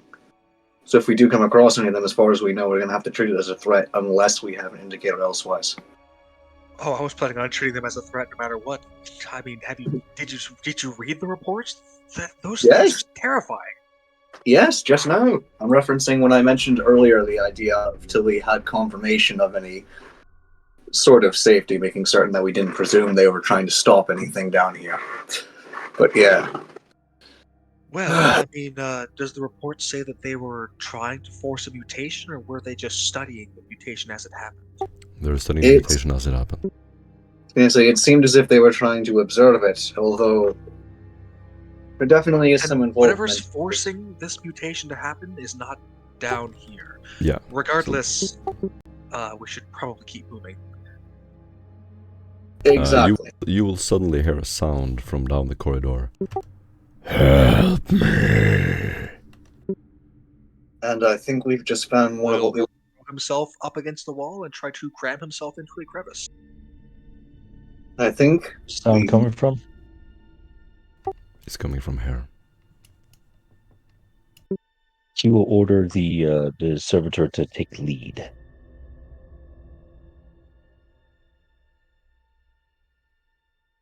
Boyle will everyone do a down stealth the test. corner with okay. Racing one. Good golly. I am not doing very. Boyle is very clearly afraid. He's shaking his he's holding his las gun up. He's clearly more interested in shooting whatever comes out than hiding from it. And while everyone is moving off, Franz is looking over the body of the heretic. We'll be looking for any kind of iconography, anything like that. These were members of the Administratum at one point, serving under the Archgenitor, Magos. And in their eyes, they still serve him. Okay, that's fine. And as he doesn't come across anything that he's potentially looking for, he will crouch and slowly follow after everyone else. Mm-hmm.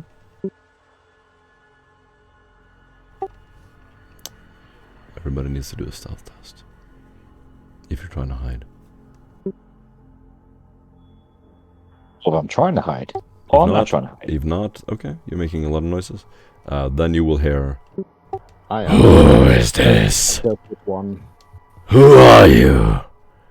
What are you doing here? Why are you interfering in our kind of life? You have no business interfering in our kind of life. He starts shaking and you can hear this trembling in his voice. You have no right. Right. You hear him sort of choking. Do you believe this is to be a democracy? Struggling with his speech. Yeah. You have no right. What rights? This is the Mechanicus business. Your rights have been declined. Knowledge is power, and what you are is knowledge. Ah! You suddenly see this twisted human just erupt in a pool of blood, sort of exploding, being startled by the automata and your drawn weapons. They will immediately form a pool of blood under them. The first one will begin to erupt with several new limbs.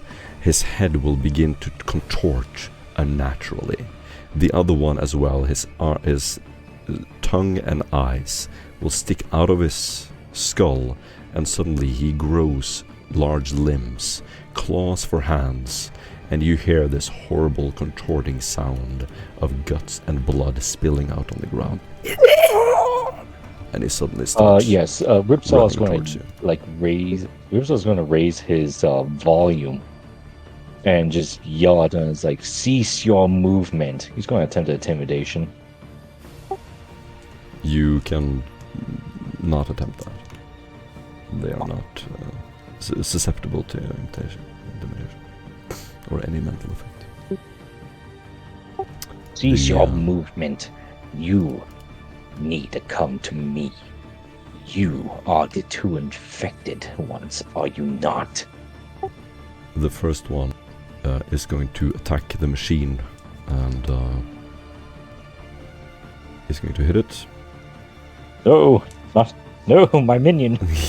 That's going to be an 18, a 12, a 14, another 14, and a 13. Several new limbs grow out. Its head envelops the machine, and it just starts like absorbing wires out of it, and you see this pulsating blob thing growing at the top, just pulling wires out of the top of the servo. And give me its wounds and armor, please. Oh, I think he's dead. Let me look.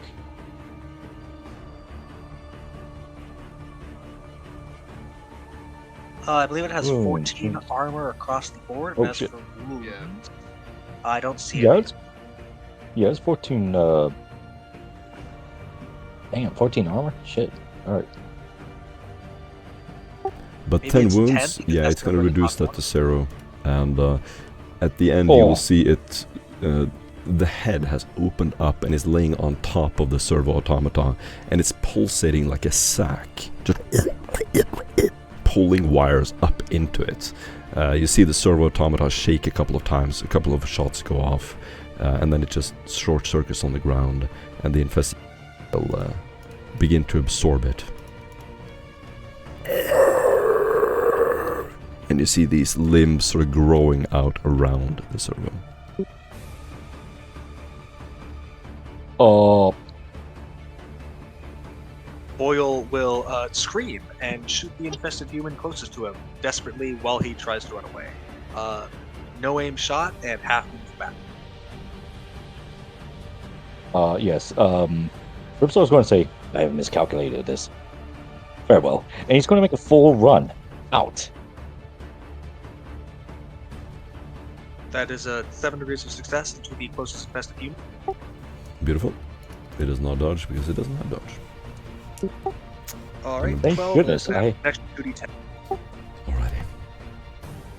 Thank goodness, I can run faster than most A total all of of you. 20. Yeah, Pen 1 you felling might need 4, that which now. might actually matter for this because it ignores 4 unnatural toughness. Headshot, right? Does it have a head? Technically, yes. This one still has kind of a head. Sure, we'll shoot at that then. It's gonna be 20, is it? 20 pen 1 energy with felling 4. Beautiful. Okay, felling is good. That's gonna bring it down. Wonderful. The shot goes through the head, and you see this head sort of jolt back and forth like a piece of jello. It seems quite unaffected. The wound is open and is bleeding out of the wound, but its movement is unhindered.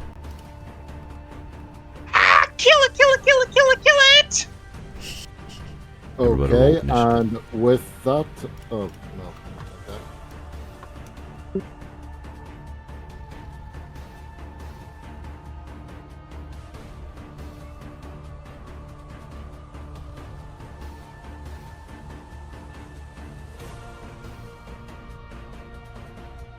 Can everybody see the turn order?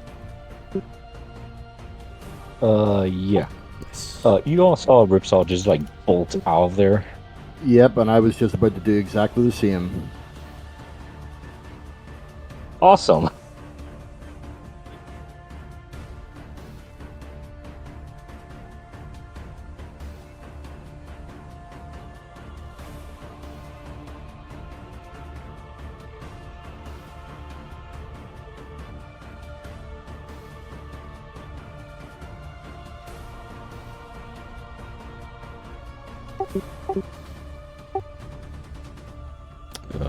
We need a few more minerals. Neil, we need you to set a bit up.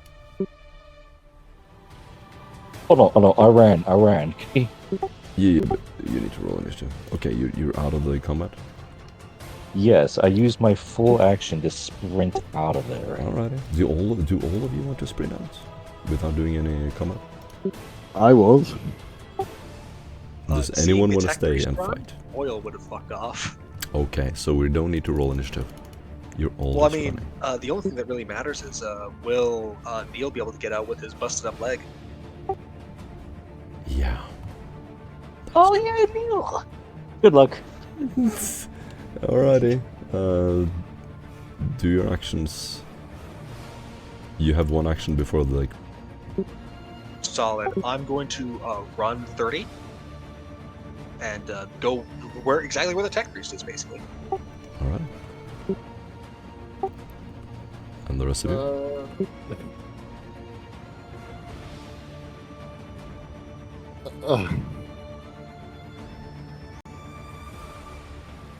Screw it. I'm gonna run over to here, grab him by the arm, jab a stim at him, and say, "Let's get moving." And that's me. Okay. Then we'll follow you for a little while. And it's still your turn. Go ahead.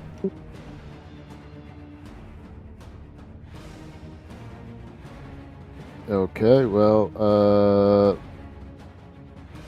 let me see.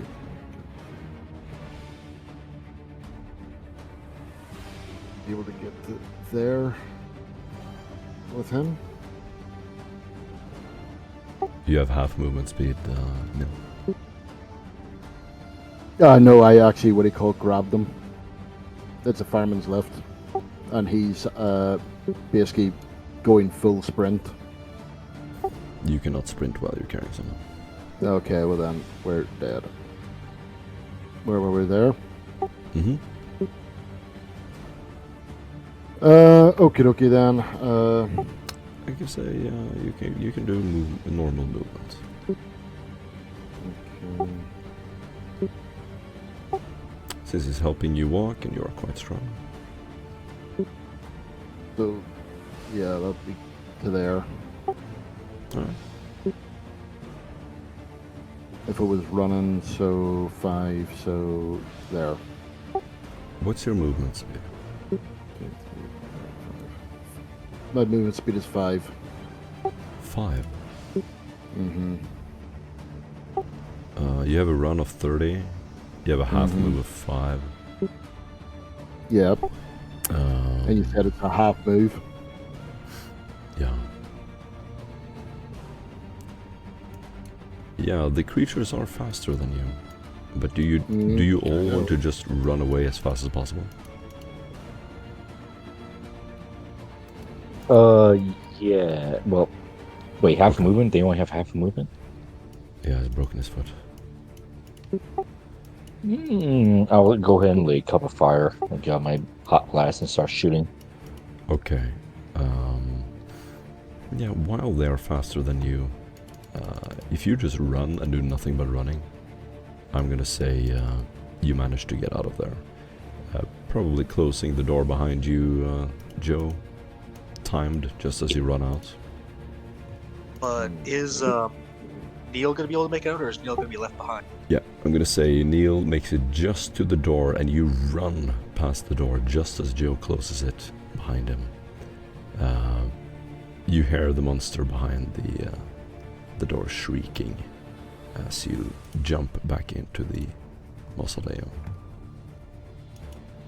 How much fatigue do you want me to take for that? None. You're fine. The door is closed. My minion! Your servo automata, I believe, is dead. But your doggo is still alive. Thank goodness. You can still hear the screams, the harrowing screams from the creature. And then after a while, they turn more and more human. You stand there listening to the door. There's this echoey, distant shrieking from down the hall. And then they begin to walk off. Boyle, after he made it to the door, had switched out the las pack in his long las with a hotshot las pack, and he had switched his long las to overloaded. This thing would base you looking at the gun the way that it was currently rigged up, the tech especially. You think that if he pulled that trigger, there'd be about a 50% chance of killing whatever he shot at or him.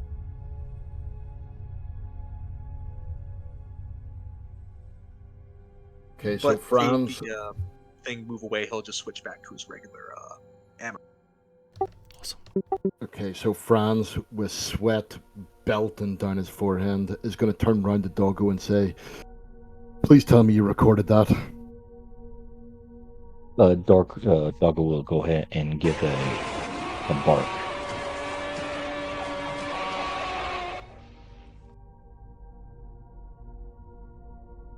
Okay, so And we of course, got a vial. he'll replay that exact same sound that just played. Just open I his think mouth it and was just delayed. do Right. this. Yeah. Stop playing it. Stop He said it. playing it. Okay, next Okay. question. Did you actually get Zeta Beta running really fast past you, Doggo, leaving you behind? His orders were to stay with you. You were wise enough to follow. Okay, so we've got a vial of something. We've got that. So at least it's not a complete bust. I'd call that some pretty solid evidence. So I think we have some pretty legit ties to this Arbite, these preachers, and this Magos. So if we're all that's here, then let's bag them all and send in a report saying that everything has been solved. Inspiration point.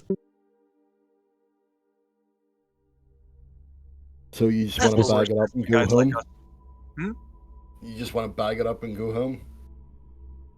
I just think that killing everyone involved with this would be the quickest method to deal with all this. Am I wrong?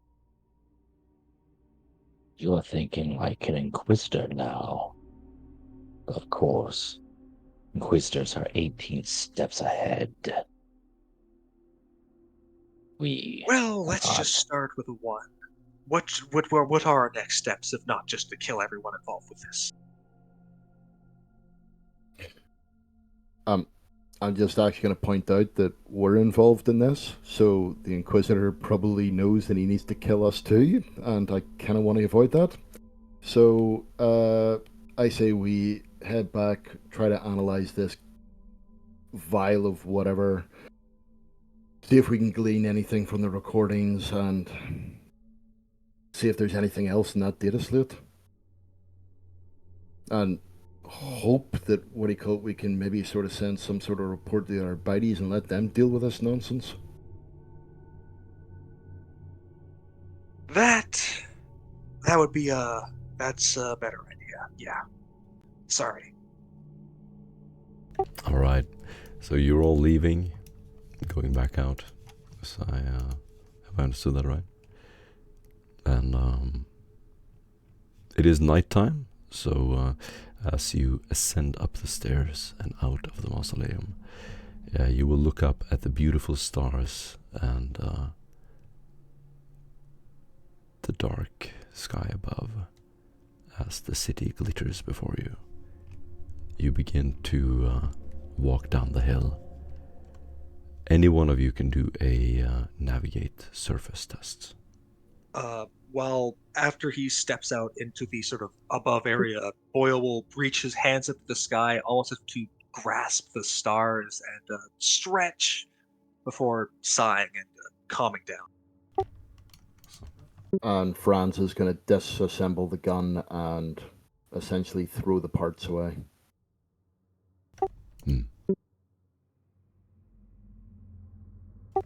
You make it, yeah, you make it out without any issue. Back to the van. You see the van parked there. Tetricus is standing right next to it. Tetricus is your inquisitorial contact. He is your driver, and he has parked the van across the bridge. As he spots you, he opens the back doors, steps out with his huge, lumbering, giant body, and he begins to peer through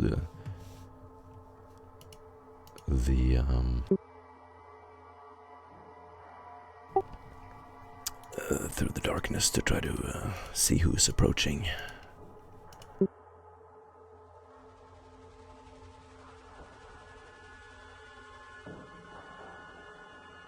Do you need new eyeballs?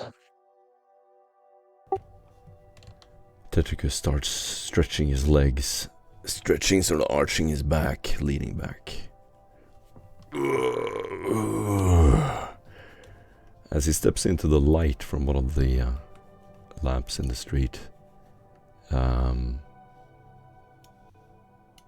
you can see his giant physique. He has a flamer in the van in the back that he hasn't pulled out, but he's traveling with. He gives a slight nod, a very innocent smile. Tetricus has bionic implants around his wrist and back, going all the way up to his neck. He looks stern and relaxed, though he has many battle wounds and scars. He has deep-set green eyes and a warm smile. Even though some would assume him to be a mutant or some kind of monster, he is fully human. He has formerly worked with the Imperial Guard and was blown to bits, as he says, but then put back together again. He smiles as he sees you. Zerbera.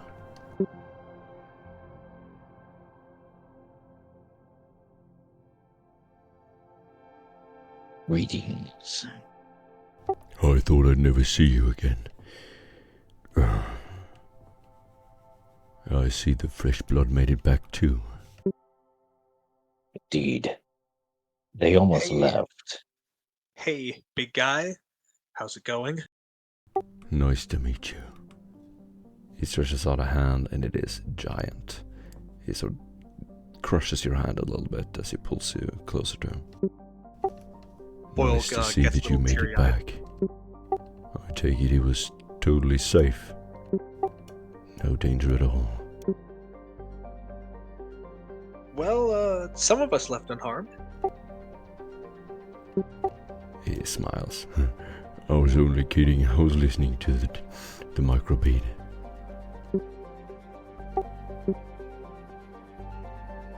Can I see the recording? He points to Doggo. Doggo will walk up, wagging his tail, and you will see like a little bit, and a little piece of him come out, and it's like a MUI sticking out, waiting for it to be plugged in. Yeah. Tetricus leans down. He's sitting in a squat, Slavic squat, and is looking at the data slate, looking at the live recording, which is always running on Doggo's skull. And he is seeing this recording from you in this cavern, the automata being ripped to bits, and these creatures morphing.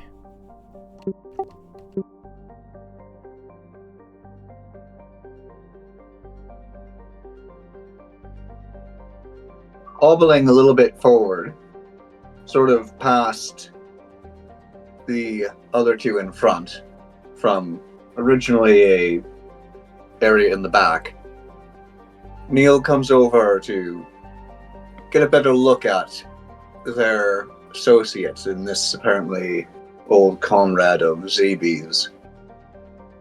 While then, with a just very candid look, just trying to make the nearest thing he can to eye contact with him, and saying, "You heard the whole thing then?" He smiles. What are you waiting for? Why aren't you getting into the van? Are we staying here?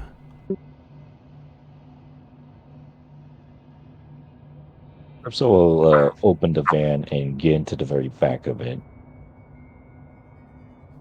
Boyle is going to get into the shotgun seat. As soon as you get in, Tetricus will open the driver's seat door, get in, and immediately drive off as fast as he can. Turning the corner, you look behind you. The mausoleum and mansion disappears in the rear view mirror. You descend down the streets and begin driving back to the warehouse. Tetricus turns around and you see his face lit up by the light inside the van. We're going back, right? The warehouse. Yep. That's where we're heading. We've got quite a bit of evidence to examine. He nods. We And always even do. And even as you see Franz getting his gear together and getting out of the menial clothing and into just something a wee bit more comfortable, you can see that he is disturbed, shall we say.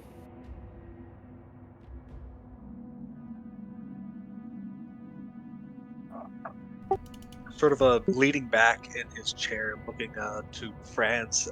Boyle gives a concerned eye. Are you okay? Sorry? You just seem a little out of it. Can I help you somehow? No. Just thinking. Just thinking, that's all. Well, if you ever need someone to think with, I'm always available. I'll take it under advisement. Thank you. Boyle will give an awkward nod and go back to his seat.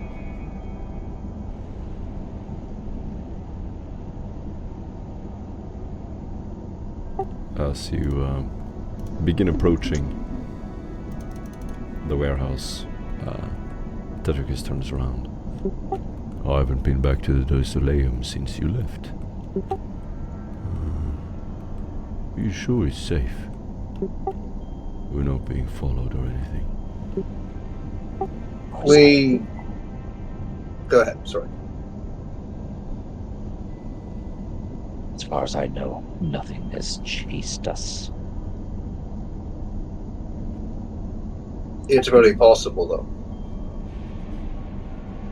The fact that nothing's chased us should be worrying.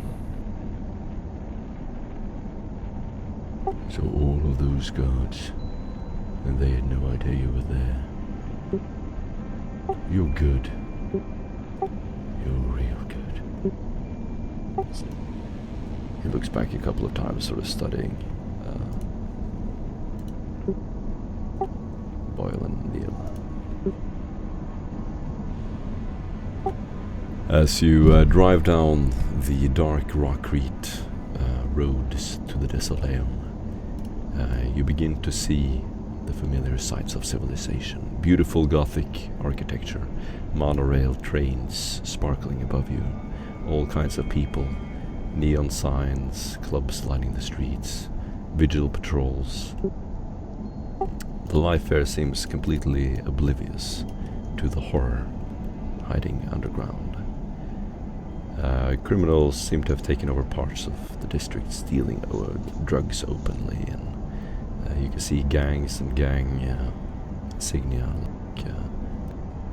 visible in the streets. Modern markets, you're uncertain whether it is night or day, as the sky is completely covered by the smog of the city. As you begin to descend down into the tunnels of the warehouse districts, is there anything you want to do before you arrive at your hideout that you built? And do you want to go there, or do you want to go somewhere else? We'll call up to the driver and go, we need to find a replacement foot for our new blood, as you call it. I can see we think similar. I have been about to say, Neil had been looking out the Window, obviously the gang activity you mentioned, immediately going, well, there's not too much new. Till then, looking down at his foot and going, maybe there needs to be, though. Tetricus drives the van into the garage, parks it. You step out, and he immediately walks over, lights a low stick.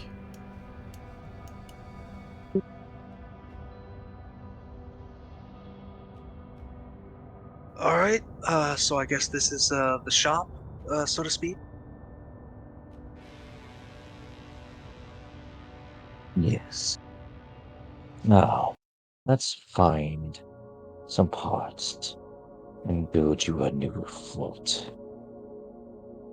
Well, if it's finding things, Boyle will rub his hands together.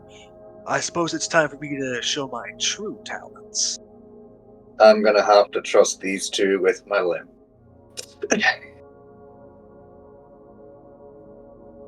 Tetricus If you have steps much out of the van with his huge lumbering body as you hear the screeching of the suspension on the van. As he steps out, he gives sort of this hush motion with his finger. Tetricus, Jericho's sleeping. Try to be quiet. I haven't seen All them. right. You will hear Jericho in the other room. I'm not sleeping. Oh, sorry, my bad. We can change that. And like his Medicaid Mechadendra will pop forward, and you see a needle dripping with sedatives, ready to puncture into him. Hey. He'll sleep when he needs to sleep. Don't worry. You don't need that. Very Tetricus well. sort of lowers your hand. It's alright. If you say so, I will not argue with you. Tetricus just looks at you, completely innocent, standing there, puffing his low smoke. And with that, we can round off today's session. Everybody gets 400 XP. And just before you actually And